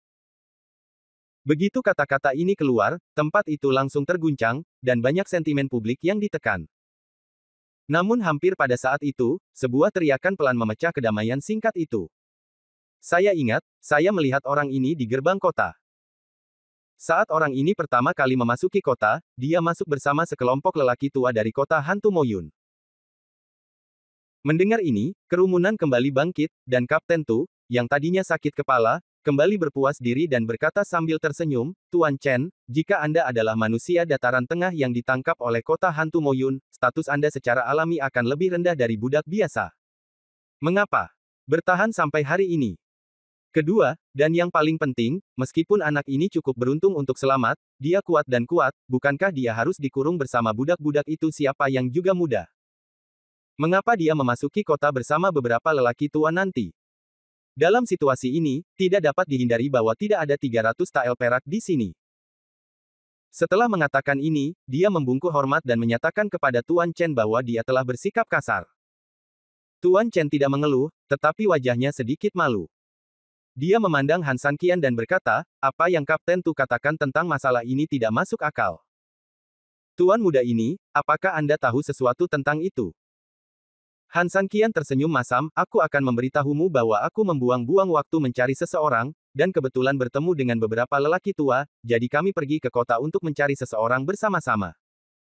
Sayangnya tidak orang akan mempercayainya, kan? Begitu kata-kata ini keluar, Tuan Chen menjadi lebih malu, tetapi Kapten Tu dan orang lain di sampingnya tertawa bahagia. Dengar, keledai Guizu berada di ujung tanduk. Dia tidak dapat menemukan alasan yang masuk akal untuk menjelaskannya. Tangkap dia dan interogasi dia dengan kejam. Dia benar-benar sampah. Dia tidak akan yakin kecuali dia dibunuh. Kerumunan begitu bersemangat sehingga Tuan Chen tidak tahu harus berbuat apa untuk sementara waktu, saat ini, dia hanya bisa tanpa daya memandangi penguasa kotanya sendiri. Tuan kota terus menatap Han San Qian sambil tersenyum. Bahkan saat ini, dia masih tidak memiliki kebencian sedikit pun. Han San Qian tahu bahwa dia bukanlah tipe tuan biasa-biasa saja yang akan mempercayai orang lain hanya berdasarkan beberapa kata. Pada saat ini, dia mengangkat tangannya sedikit untuk memberi isyarat kepada kerumunan agar diam, lalu berjalan perlahan. Dia sama sekali bukan budak kota hantu Moyun. Ketika dia datang ke Han San Qian, dia memandang Han San Qian dan berkata sambil tersenyum, apakah saya benar? Iya. Han San Qian tersenyum. Jika dia bukan budak, lalu siapa dia? Sepertinya ini lebih menjadi bukti bahwa dia adalah mata-mata. Seseorang segera berteriak. Dia terus menatap Han San Qian, tapi tiba-tiba berbalik dan tersenyum, masih menatap Han San Qian, dan berkata, jika dia bukan mata-mata, katakan padaku, mungkinkah dia pria dari surga? Bab 3252, Tuhan. Begitu kata-kata ini keluar, semua orang tercengang di tempat, tetapi penguasa kota sama sekali tidak mengalihkan pandangan dari Han San Qian, dia hanya menatapnya dengan acuh tak acuh. Apakah dia akan menjadi dewa itu? Sial, apakah lelucon ini terlalu besar? Jangan bicara tentang betapa kuatnya para dewa, tapi satu orang bisa menghancurkan sebuah kota. Orang di depanmu ini kurus seperti monyet. Dia bahkan mungkin tidak mampu mengalahkan 10 orang biasa. Tuan kota, bahkan jika Anda bersikeras mengatakan bahwa dia bukan mata-mata, tidak perlu mencarikan topi seperti itu untuknya. Penghancuran kejahatan oleh para dewa dan manusia adalah keberadaan tertinggi di hati kita. Membandingkan anak laki-laki ini dengan manusia itu hanyalah sebuah penghinaan terhadap dewa dan manusia. Meskipun saya biasanya mengagumi kekuatan penguasa kota, saya harus mengkritik kota tersebut. Tuan saat ini. Satu kalimat, jangan bercanda tentang hal semacam ini. Jelas sekali, setelah masa damai yang singkat, terdengar seruan perang salib. Bahkan jika kata-kata itu datang dari penguasa kota, semua orang hampir memarahi Han Sanqian sampai dia benar-benar terluka. Jika Han Sanqian sendiri yang mengakuinya, saya khawatir itu air liurnya akan menenggelamkannya hidup-hidup. Ketika Han Sanqian tersenyum, wajahnya sangat acuh tak acuh. Dia sama sekali tidak terpengaruh oleh keluhan orang banyak. Sebaliknya, dia terus menatap penguasa kota untuk melihat lebih dekat dan berkata sambil tersenyum, apa yang dipikirkan Tuan Kota? Menurutku, Tuan Kota tersenyum lembut, dewa dan manusia tidak terkalahkan. Satu orang dapat menghancurkan seluruh kota hanya dengan satu jentikan tangannya. Dia harus memiliki kekuatan magis dan kemahakuasaan, dan senjatanya harus luar biasa. Jadi aku bilang padamu, ya. Setelah dia selesai berbicara, matanya menjadi lebih bertekad, seolah dia ingin melihat menembus Han Sanqian. Han Sanqian tersenyum. Dia mengerti bahwa penguasa kota sedang memainkan perang psikologis dengannya, tetapi jarang dia bisa memainkannya sampai titik ini, sayangnya, saya hanya orang biasa. Ya. Dia tersenyum lagi, sayangnya, matamu sudah melepaskanmu. Kamu adalah abdi dewa yang membantai kota hantu Moyun. Setelah mengatakan ini, dia berbalik sedikit, matanya tidak lagi telanjang, dan dia hanya tersenyum sedikit. Han Sanqian tersenyum dan tidak berkata apa-apa.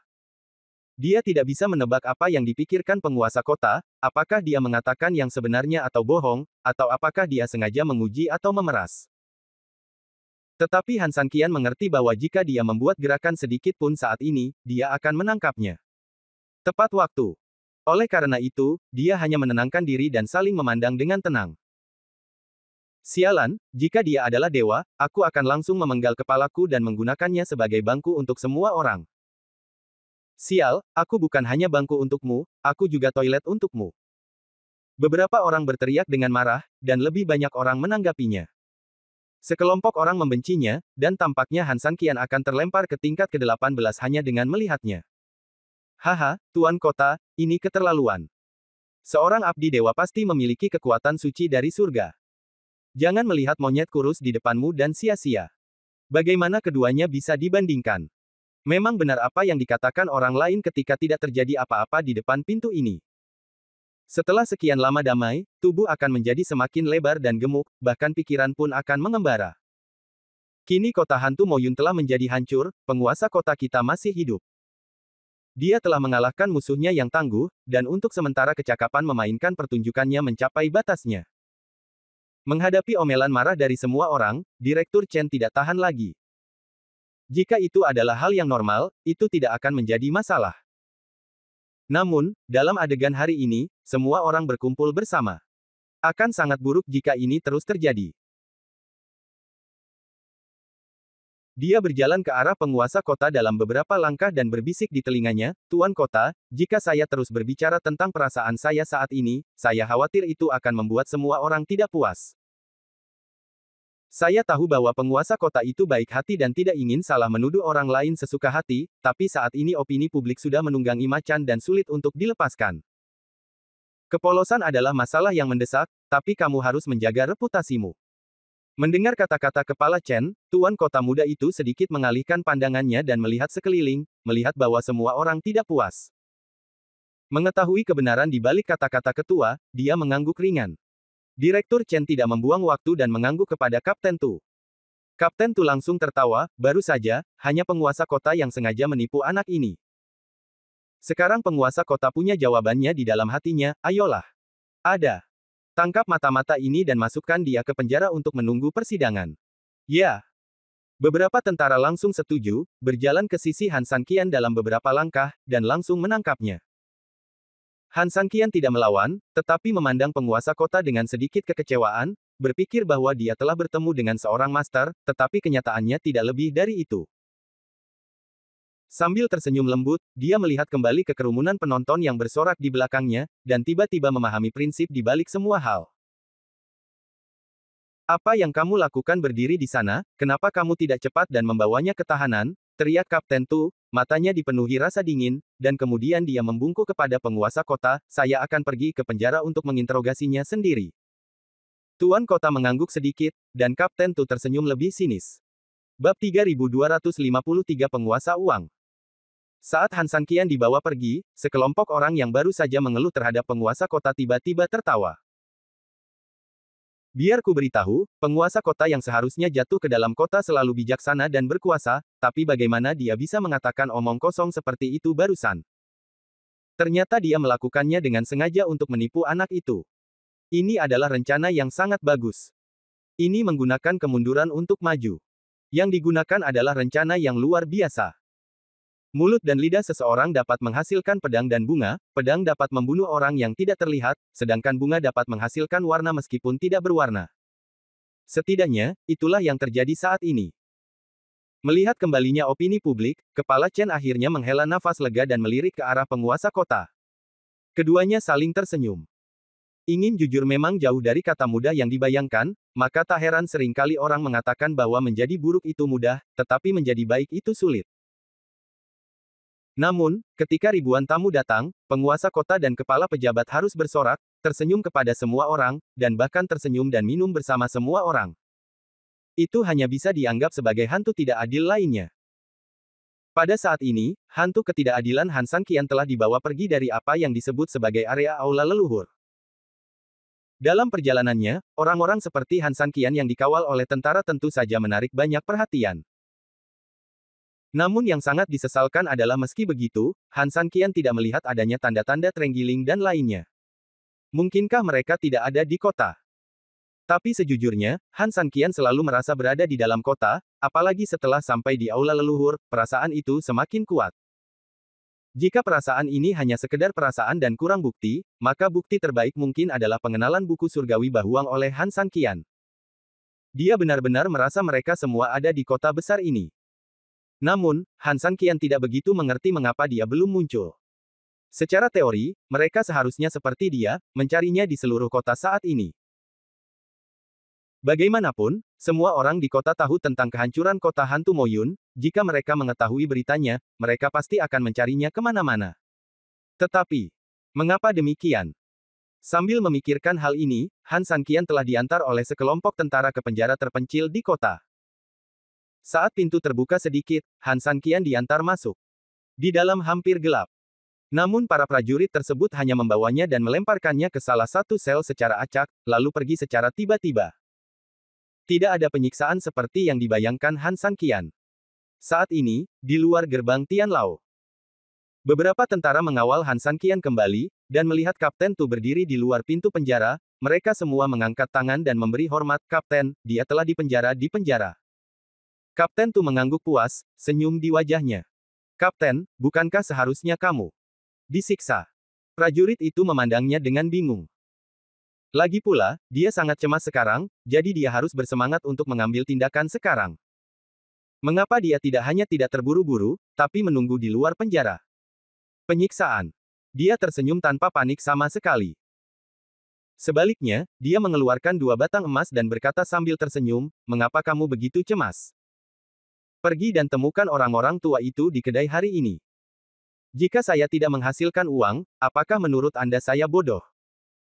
Begitu kata-kata ini keluar, beberapa tentara menepuk kepala mereka dan akhirnya mengerti apa yang ingin dilakukan Kapten Tu. Tepat setelah mereka menganiaya anak laki-laki itu karena beberapa patah kata, orang-orang tua itu menjatuhkan uang yang begitu besar. Jika ini dilakukan secara kebetulan, tidak seperti menggoyahkan pohon uang. Tinggi, tinggi, tinggi, kaptennya tetap yang terbaik. Bawahanku akan mengurusnya nanti. Setelah mengatakan itu, beberapa tentara pergi mencari Lao Ju dan sekelompok lelaki tua. Kapten Tu tersenyum puas, memandang saudara-saudara yang tersisa di sekitarnya, dan berkata dengan bangga, orang sering mengatakan bahwa pahlawan muncul di masa sulit, tetapi jika Anda ingin sejahtera di masa damai, Anda harus belajar menghasilkan uang dengan cara yang baik. Ayo pergi dan bersenang-senang dengan sponsor kita, jika tidak, pohon uang tidak akan bisa goyah jika kita diam untuk sementara waktu. Setelah mengatakan ini, Kapten Tu melemparkan 2 batang emas ke atas kepalanya, dan 2 batang emas itu jatuh ke dalam tasnya dengan patuh, sementara yang lain juga berjalan menuju Tian Lao selangkah demi selangkah. Dalam waktu kurang dari beberapa saat, setelah semburan suara dan kebakaran terjadi di dalam penjara, Han Sanqian juga dibawa keluar sel oleh tentara. Di luar pintu penjara, Lao Ju dan 5 lelaki tua lainnya juga dibimbing oleh beberapa orang. Tentara turun dan menuju Tian Lao. Di depan meja interogasi di Tian Lao, api sudah membubung ke langit, menunggu. Bab 3254 Pejabat Lama. Mendengus. Melihat Han Sanqian diantar masuk, Kapten Tu sedang duduk tepat di depan meja interogasi dengan cibiran di wajahnya dan besi panas di tangannya, tampak dingin dan kejam. Beberapa tentara mengikat Han Sanqian ke rak penyiksaan dan dengan patuh menyingkir. Di sekitar rak penyiksaan, terdapat penyiksaan dengan api dan belenggu besi, serta beberapa benda aneh yang tidak dapat saya sebutkan namanya, tetapi mereka terlihat sangat menawan hanya dari penampilannya. Han Sanqian tersenyum masam. Dia benar-benar memikirkan dirinya sendiri. Dia memperkirakan bahwa dia harus membayar lusinan hukuman demi dirinya sendiri. Dia tahu bahwa dialah yang melakukannya. Jika dia tidak mengetahui hal ini, dia mungkin akan melakukannya. Mengira dia yang melakukannya. Ini berarti menghukum seluruh sel. Namun, yang mengejutkan Han Sanqian adalah orang ini tidak terburu-buru mengambil tindakan, melainkan hanya menatapnya sambil tersenyum. Tepat ketika Han Sanqian sedikit tidak sabar, seorang tentara bergegas masuk, "Kapten, kami sudah sampai." Bawa mereka masuk, teriak Kapten Tu dengan gembira, dan para prajurit segera menerima perintah tersebut dan mundur. Tidak lama kemudian, suara langkah kaki terdengar, dan Han Sanqian mengikuti suara tersebut dan melihat, hanya untuk melihat 5 lelaki tua bergegas masuk ditemani oleh tentara. Begitu mereka melihat Han Sanqian, Lao Ju dan yang lainnya langsung khawatir. Namun, dengan Kapten Tu di depan, Lao Ju dan yang lainnya hanya bisa membungkuk padanya dan menyapa, "Saya pernah melihat Anda, Tuan. Mereka semua ada di sini."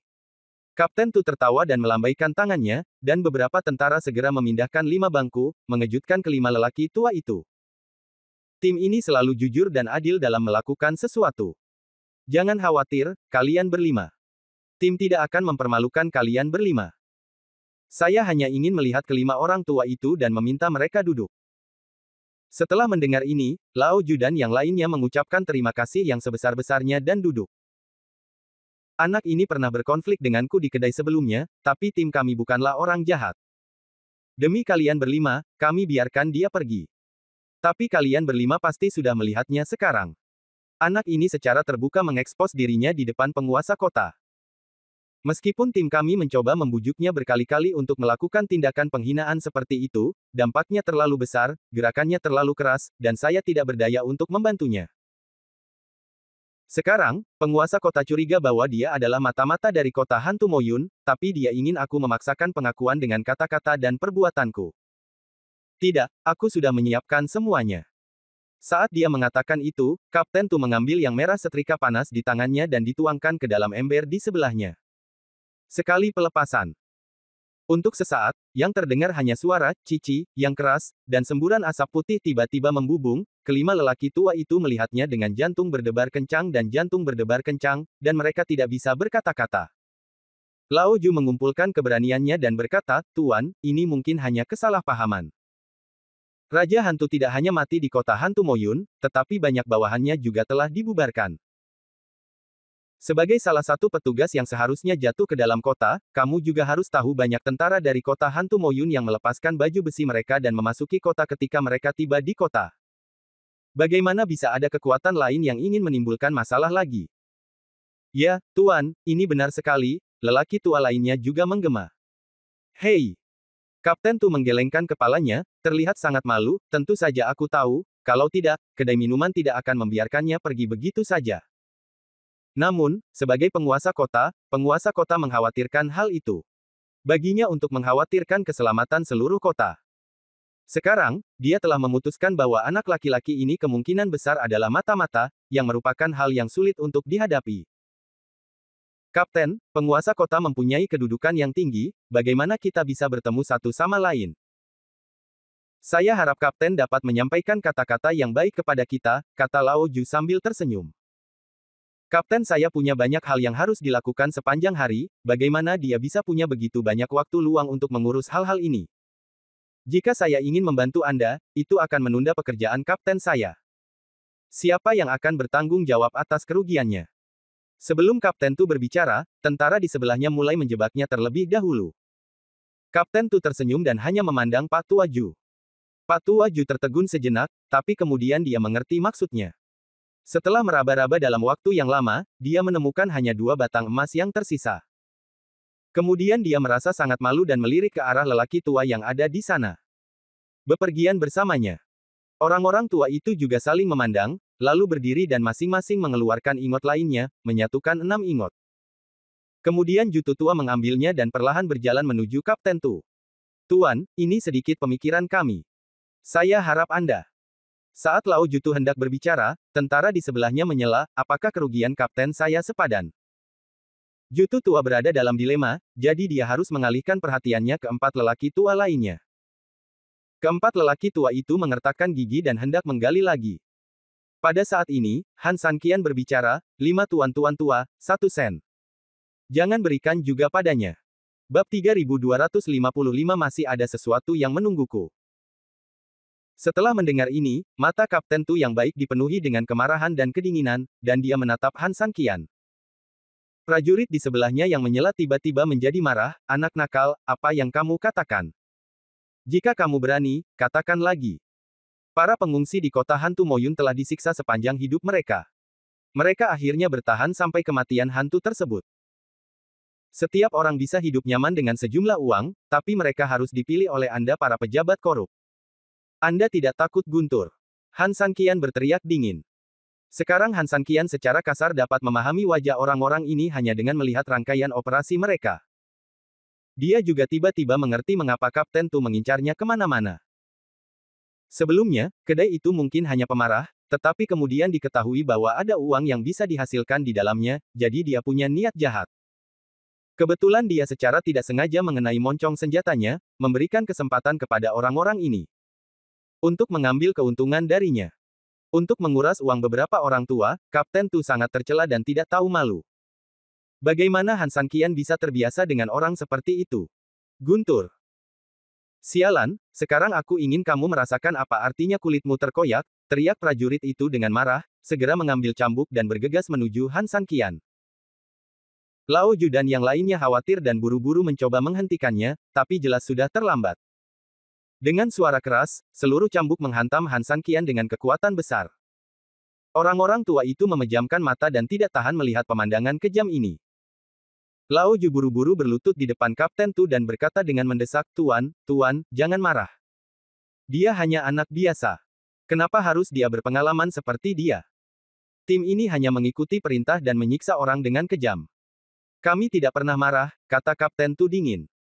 Mendengar hal ini, Lao Ju segera mengalihkan perhatiannya ke orang-orang tua di belakangnya. Orang-orang tua itu benar-benar tidak berdaya dan harus segera mengeluarkan ketiga batangan emas yang tersisa di tubuh mereka. Kota hantu Moyun dibongkar, dan yang mereka miliki hanyalah 4 batangan per orang. Mereka awalnya ingin menyimpannya untuk menghabiskan masa tua mereka, tetapi sekarang untuk menyelamatkan orang, mereka hanya bisa mengeluarkan semua peti mati terakhir. Namun, saat ini, yang terdengar hanyalah tawa kecil, hanya itu yang kamu punya. Kamu belum makan. Setelah mendengar ini, tidak hanya kelima lelaki tua itu yang berbalik terkejut pada saat yang sama, tetapi Kapten Tu dan beberapa tentara tidak bisa menahan diri untuk tidak terkejut dan menatap Han Sanqian. Dengan benda lemah ini, kamu masih ingin menipu orang lain atas uang hasil jerih payah mereka. Han Sanqian tersenyum dingin. Itu tidak masuk akal. Menghadapi provokasi seperti itu, Kapten Tu menjadi marah. Dia segera berdiri, meraih cambuk panjang prajurit itu, dan mengarahkannya ke Han Sanqian. Lao Ju buru-buru ingin meminta belas kasihan, tapi Han Sanqian tersenyum dingin, jika kamu bisa mengalahkanku, aku tidak akan mengatakan apa-apa, dan kamu dapat mengambil uang mereka sesukamu. Namun, kata-kata buruk ada di depan. Jika Anda bahkan tidak bisa melakukan ini, maka saya menyarankan Anda untuk tetap menjaga ekor Anda dan berhenti berpikir sepanjang hari. Kapten Tu sangat marah hingga seluruh tubuhnya gemetar, sungguh menjengkelkan menjadi begitu provokatif. Saat ini bukan hanya tentang uang, tetapi juga tentang wajah saya sendiri. Memikirkan hal ini, Kapten Tu sama sekali tidak sopan, dia mengambil cambuk dan menggunakan seluruh kekuatannya untuk mencambuknya secara tiba-tiba. Bentak.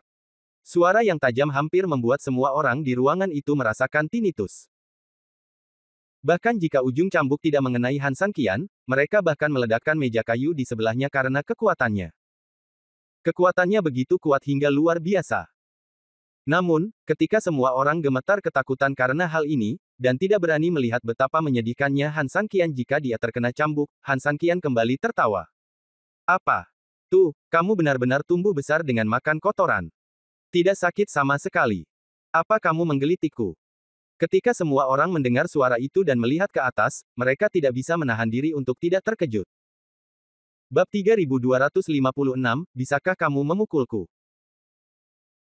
Saat ini, meski lapisan luar pakaian di tubuh Han Sanqian telah terkoyak oleh cambuk, belum lagi ada tanda-tanda kulit dan daging terkoyak, tidak ada bekas darah sama sekali di celah yang retak tersebut. Bukankah ini keterlaluan? Mungkinkah, seperti yang dikatakan Han Sanqian, Kapten Tu, yang terlihat sekuat lembu, sebenarnya hanyalah seorang bajingan yang bahkan tidak bisa mengayunkan cambuk.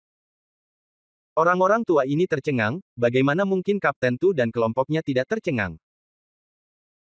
Tentu saja Kapten Tu tidak ragu bahwa cambuk yang baru saja dia berikan tidak cukup kuat, pikiran pertamanya adalah, mungkinkah dia meleset dari sasaran? Namun jika tembakannya tidak akurat, cambuknya tidak akan cukup untuk merobek pakaian Han Sanqian. Kapten. Beberapa tentara memandangnya dengan bingung, jelas tidak bisa lepas dari keterkejutannya untuk beberapa saat. Ada beberapa lelaki tua di luar, beberapa tentara di dalam, dan Han Sanqian mengejeknya di depannya. Kapten Tu tidak tahan luar dan dalam, dan dadanya yang besar dan kuat terus-menerus naik turun karena amarah. Huff, jika mulutmu masih keras, aku ingin melihat apakah mulutmu yang lebih keras atau cambukku yang lebih kuat. Begitu dia selesai berbicara, dia mencambuk ke udara, dan terdengar bunyi seperti ledakan. Kemudian, dia menjentikkan cambuk secara tiba-tiba dan melemparkannya ke arah Han Sanqian lagi. Han Sanqian bahkan tidak mengubah ekspresinya atau bahkan mengedipkan matanya, dan berkata dengan dingin, lanjutkan. Brengsek! Teriaknya. Bentak, bentak, bentak. 3 cambuk secara langsung. Namun sebagai gantinya, Han Sanqian tidak hanya tidak menangis kesakitan sama sekali, tapi dia hanya tertawa terbahak-bahak. Apakah hanya itu orang yang bernama Tu? Ah! Kapten Tu sangat marah dan geram, menggunakan seluruh kekuatannya, dia mencambuknya lagi. 1 cambuk, 2 cambuk. 10 cambukan, 50 cambukan. Bahkan ratusan cambuk. Ketika platform batu yang digunakan untuk mengikat Han Sanqian retak oleh kekuatan cambuk, dan ketika alat penyiksaan di sekitarnya meledak dan berserakan selama pencambukan, Kapten Tu tidak lagi tahu berapa banyak cambuk yang dia gunakan, dia hanya tahu bahwa dia terengah-engah. Sekarang, Ox. Namun, ia yakin dengan kekuatannya sendiri, apalagi manusia, gajah raksasa pun pasti akan tertusuk ususnya sendiri dan mati mengenaskan di tempat. Namun sebelum dia sempat melihat, beberapa tentara di sampingnya sudah mulai mundur sedikit seolah-olah mereka melihat hantu. Kelima lelaki tua di seberangnya semuanya tercengang saat ini, terlihat sangat terkejut. Dia tiba-tiba mengangkat kepalanya, seluruh tubuhnya melotot karena marah, dan dia hampir tersandung dan jatuh ke tanah. Han Sanqian, yang diikat pada alat penyiksaan, telah dipukuli hingga pakaian dan celananya hampir tidak berbentuk lagi, dan ada banyak bekas ledakan di mana-mana di bawah kain. Namun meski bekas ledakan tersebut terlihat sangat mengejutkan, nyatanya tidak sepenuhnya benar. Karena, bahkan sekarang, Han Sanqian tidak memiliki bekas darah di tubuhnya. Seolah-olah cambuk demi cambuknya tidak mengenai siapapun, melainkan hanya mengenai lempengan batu yang mengenakan pakaian. Kapten Tu tidak tahu apakah dia baik-baik saja atau tidak, dia hanya tahu bahwa dia benar-benar kelelahan saat ini, lengannya mati rasa dan nyeri, dan bahkan mulut harimau tempat dia memegang cambuk pun meledak kesakitan. Apa? Apakah kamu lelah? Han Sanqian tersenyum tetapi wajahnya sangat acuh tak acuh. Meskipun tidak banyak kata-kata sarkastik, terkadang, Anda tidak perlu terlalu banyak kata untuk mengejek seseorang, cukup lihat. Atau hanya beberapa kata. Setidaknya, begitu kata-kata Han Sanqian keluar, Kapten Tu menjadi marah. Jika Anda ingin menggelapkan uang ini, Anda harus melihat apakah Anda memiliki kemampuan dan apakah Anda layak mendapatkannya, Han Sanqian mencibir. Meledak, meledak, Kapten Tu hampir meledak, dia benar-benar ingin memotong bajingan di depannya dengan pisau.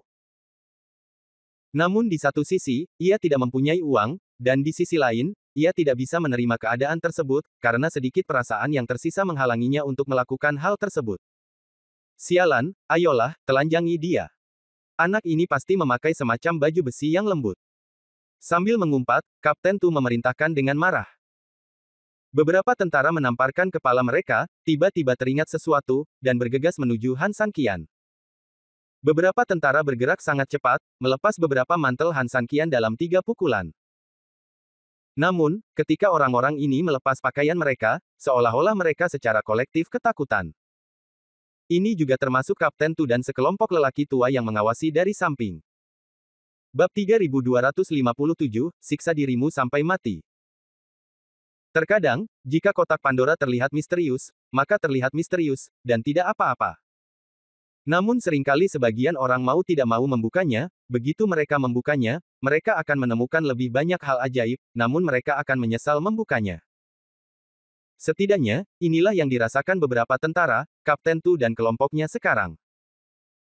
Mereka awalnya mengira bahwa tubuh Han San Qian seharusnya memiliki semacam baju besi lunak pertahanan, tetapi yang membuat mereka kecewa, Han San Qian secara alami tidak memiliki benda seperti itu.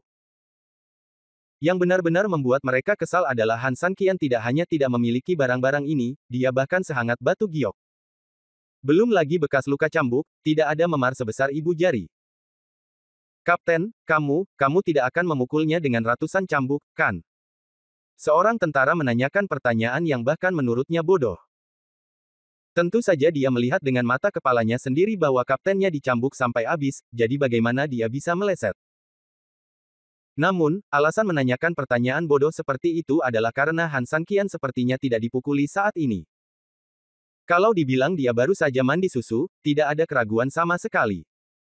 Monster macam apa kamu? Kapten Tu juga terkejut, menatap Han San Qian dan bertanya dengan tidak percaya.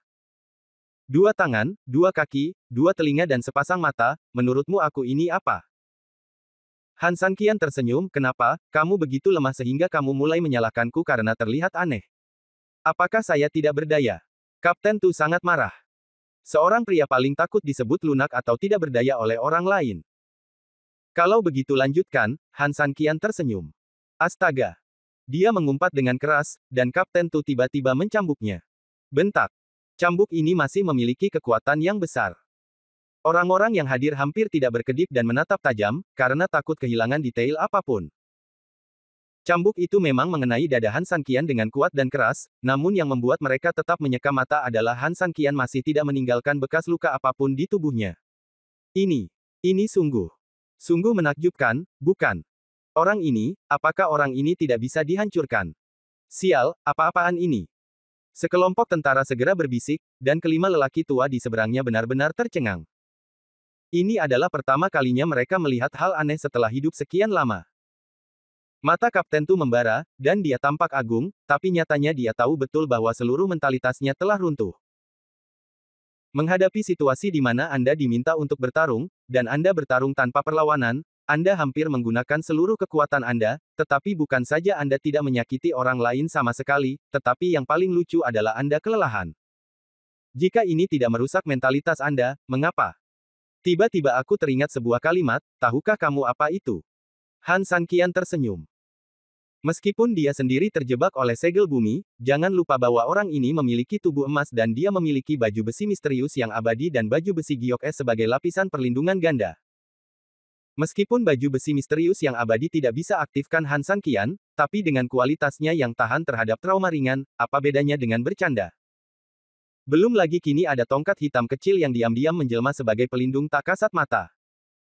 Belum lagi cambuk kecil Kapten Tu, bahkan jika beberapa master datang, mereka dapat menyerang master tersebut dengan kekuatan internal hingga mereka muntah. Kapten Tu tidak berbicara, tetapi memandang Han San Qian dengan dingin, dia mengerti bahwa kata-kata ini jelas bukan kata-kata yang baik. Jangan mengambil pekerjaan porselen tanpa berlian. Han San Qian menatapnya dengan senyum tipis. Kemarahan Kapten Tu yang tidak disebutkan namanya langsung mengalir ke dahinya, dia tidak tahan lagi, ini hanyalah paku yang memalukan dan memalukan di dahinya. Jika kamu tidak membunuhnya, bagaimana kamu bisa menghilangkan kebencian di hatimu? Saat itu juga, dengan pisau terhunus di pinggangnya, dia harus langsung mengambil tindakan. Melihat ada yang tidak beres, Lao Ju dan yang lainnya buru-buru berlutut dan memohon ampun. Beberapa tentara juga dengan cepat berbisik, "Kapten, bagaimana Anda menjelaskan kepada penguasa kota tentang pembunuhan itu? Lagi pula, kami belum menerima uang. Jika kita membunuh anak ini, bukankah kerugiannya besar? Jika ini terjadi sebelumnya, Kapten Tu pasti akan memikirkannya lebih lanjut, tetapi saat ini, dia tidak peduli lagi. Tidak peduli apakah itu uang atau bukan, dia harus mendapatkan kembali harga dirinya. Adapun untuk membunuh anak ini, penguasa kota memiliki semua alasan untuk menghindarinya, itu tidak lebih dari masalah sepele. Apa? Apakah kamu akan membunuhku?" Han Sanqian tersenyum lembut, dan tiba-tiba matanya sedikit dingin, "Aku hanya takut kamu, ayam yang tidak berguna, bahkan tidak bisa memotongku dengan pisau." Kapten Tu tiba-tiba menjadi marah, dia mengangkat pisaunya dan memukul kepala Han Sanqian dengan pisau. Bab 3258 Di mana pisauku? Meski dia marah, dia tidak bodoh. Karena Han Sanqian hampir kebal karena suatu alasan, mari kita ubah metode dan serang kepalanya. Lao Ju dan para lelaki tua lainnya tiba-tiba memalingkan muka dengan sedih dan tak berdaya, tidak sanggup menyaksikan adegan berdarah itu. Bahkan beberapa tentara menutup mata sepenuhnya saat ini. Ledakan. Terdengar suara keras, dan seluruh meja interogasi menjadi sangat sunyi. Namun hampir pada saat itu, sebuah suara keraguan memecah kesunyian. "Apa-apaan ini, di mana pisauku?" Beberapa orang mencari suara tersebut dan melihat Kapten Tu berdiri di depan Han Sanqian dengan tangannya memegang pisau, namun gagang pisau ada di tangannya, namun pisau di atas gagangnya hilang. "Tim, Kapten." Seorang tentara sepertinya telah menemukan sesuatu, dan mengingatkannya dengan suara gemetar. Mengikuti suara prajurit itu, semua orang menoleh ke belakang. Untuk sesaat, mereka semua tercengang dan tercengang secara kolektif. Bukankah itu hanya pisau? Di leher Han Sanqian, bila pisaunya tertancap kuat di lehernya. Dilihat dari situasi saat ini, setidaknya setengah dari pisau itu terkubur di lehernya, yang sungguh menakutkan. Haha, hahaha. Ketika Kapten Tu menemukan lokasi pisaunya, dia tertegun sejenak, lalu tertawa terbahak-bahak. Dia sangat senang bahkan dia sedikit sombong. "Sialan, biarkan aku melihat bagaimana kamu, bajingan ini, bisa bermain sekarang. Bertarung denganku. Dasar bajingan bau, saat aku keluar untuk main-main, kamu masih bermain-main di lumpur." Kapten Tu sangat puas. Pisau ini menancap di dalamnya. Meskipun dia tidak memotong leher pria itu, cedera sudah cukup untuk anak itu. "Tutup matamu dan pulanglah." "Cukup, setidaknya balas dendam besar telah terbalas." Lao Ju dan yang lainnya menghela nafas. Meski sudah lama tidak mengenal Han Sanqian, kelima orang baik hati itu sudah menganggap Han Sanqian sebagai anak mereka sendiri. Mereka tidak memiliki anak, dan mereka mengasihani anak muda seperti Han Sanqian yang menderita di kota hantu Moyun bersama mereka. Oleh karena itu, meskipun mereka akhirnya mendapatkan sejumlah uang untuk menghabiskan masa tua mereka, mereka tidak rela menyaksikan anak muda tersebut meninggal. Mereka lebih suka menghabiskan semua uang mereka untuk menjaganya tetap aman. Setidaknya, mereka sudah tua dan tidak dapat menikmati berkah selama beberapa tahun. Mereka akan pergi setelah beberapa tahun kesulitan setelah kehabisan uang. Namun, seorang pemuda seperti Han Sanqian memiliki banyak masa depan. Hehe. Namun saat kelima lelaki tua itu putus asa, tiba-tiba terdengar tawa kecil. Hah. Terdengar suara samar tulang, dan detik berikutnya, terdengar ledakan, dan logam itu jatuh dengan keras ke tanah, menimbulkan suara yang keras. Beberapa orang melihat sekeliling dan melihat bahwa logam yang mengeluarkan semburan suara di tanah bukanlah logam lain, melainkan bilah pisau besar yang tertancap di leher Han Sanqian. Hal ini sendiri bukanlah hal yang mengejutkan, tetapi setelah diperiksa lebih dekat, semua orang mengerutkan kening. Bukan hanya tidak ada bekas darah pada pisaunya, yang paling menakutkan adalah bentuknya saat ini, sama sekali tidak terlihat seperti pisau, hanya berupa potongan cekung. Jika diperhatikan lebih dekat, bukankah lekukannya persis berbentuk leher? Ini.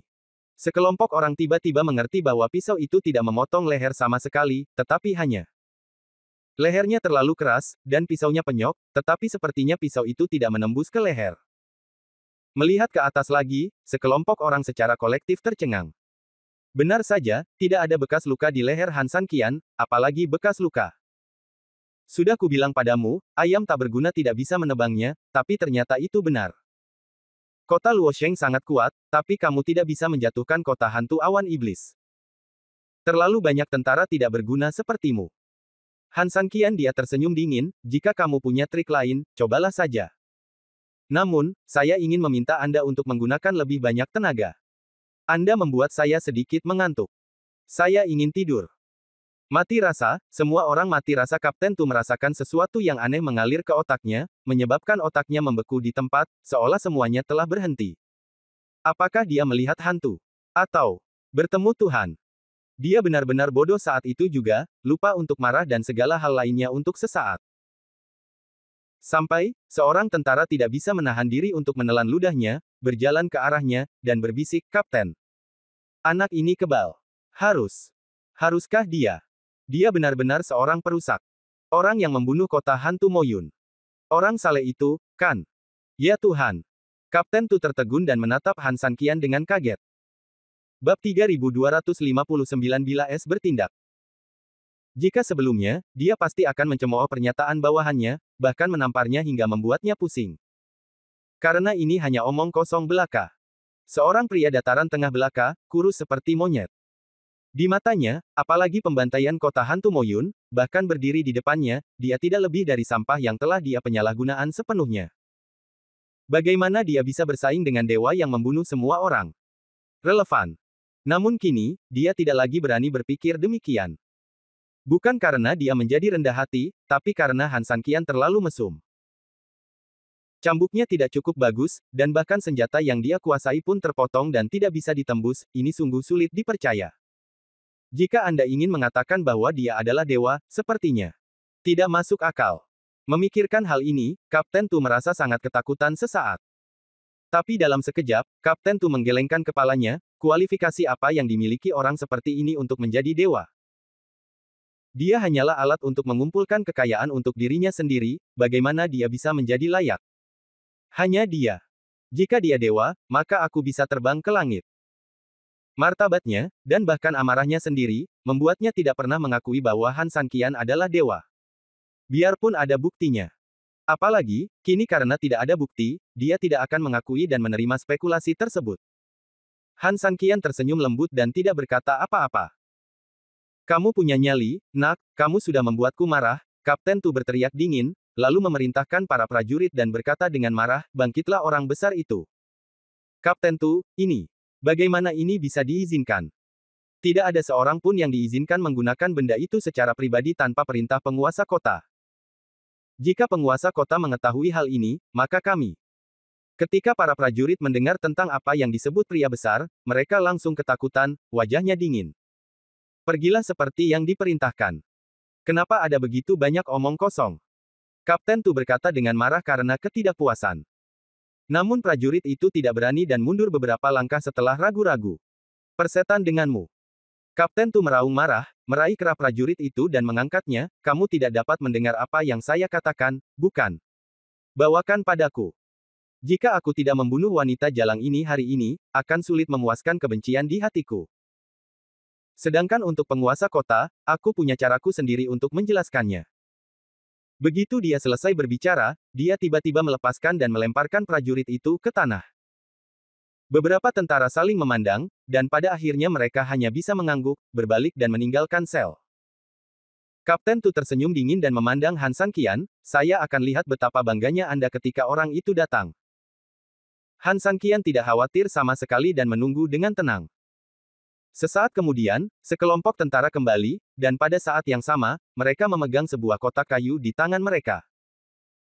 Kotak kayu tersebut berwarna merah darah bahkan memancarkan lapisan AC berwarna putih, yang terlihat cukup mencurigakan. "Kapten, barang-barangnya ada di sini."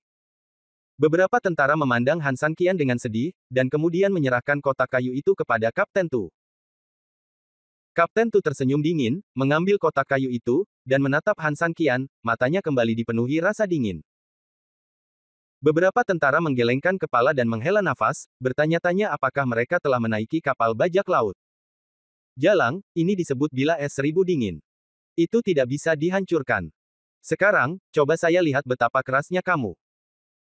Setelah mengatakan ini, Kapten Tu membuka kotak kayu itu, dan segera udara dingin tiba-tiba menyebar langsung dari kotak, meskipun suhu di seluruh ruangan juga turun lebih dari 10 derajat dalam sekejap.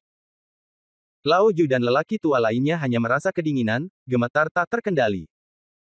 Setelah bila ini memotong lubang kecil sekalipun, rasanya seperti jatuh ke dalam gua es setinggi 10.000 kaki ini. Akan sangat tidak nyaman hingga kamu tidak bisa mati meski kamu ingin mati.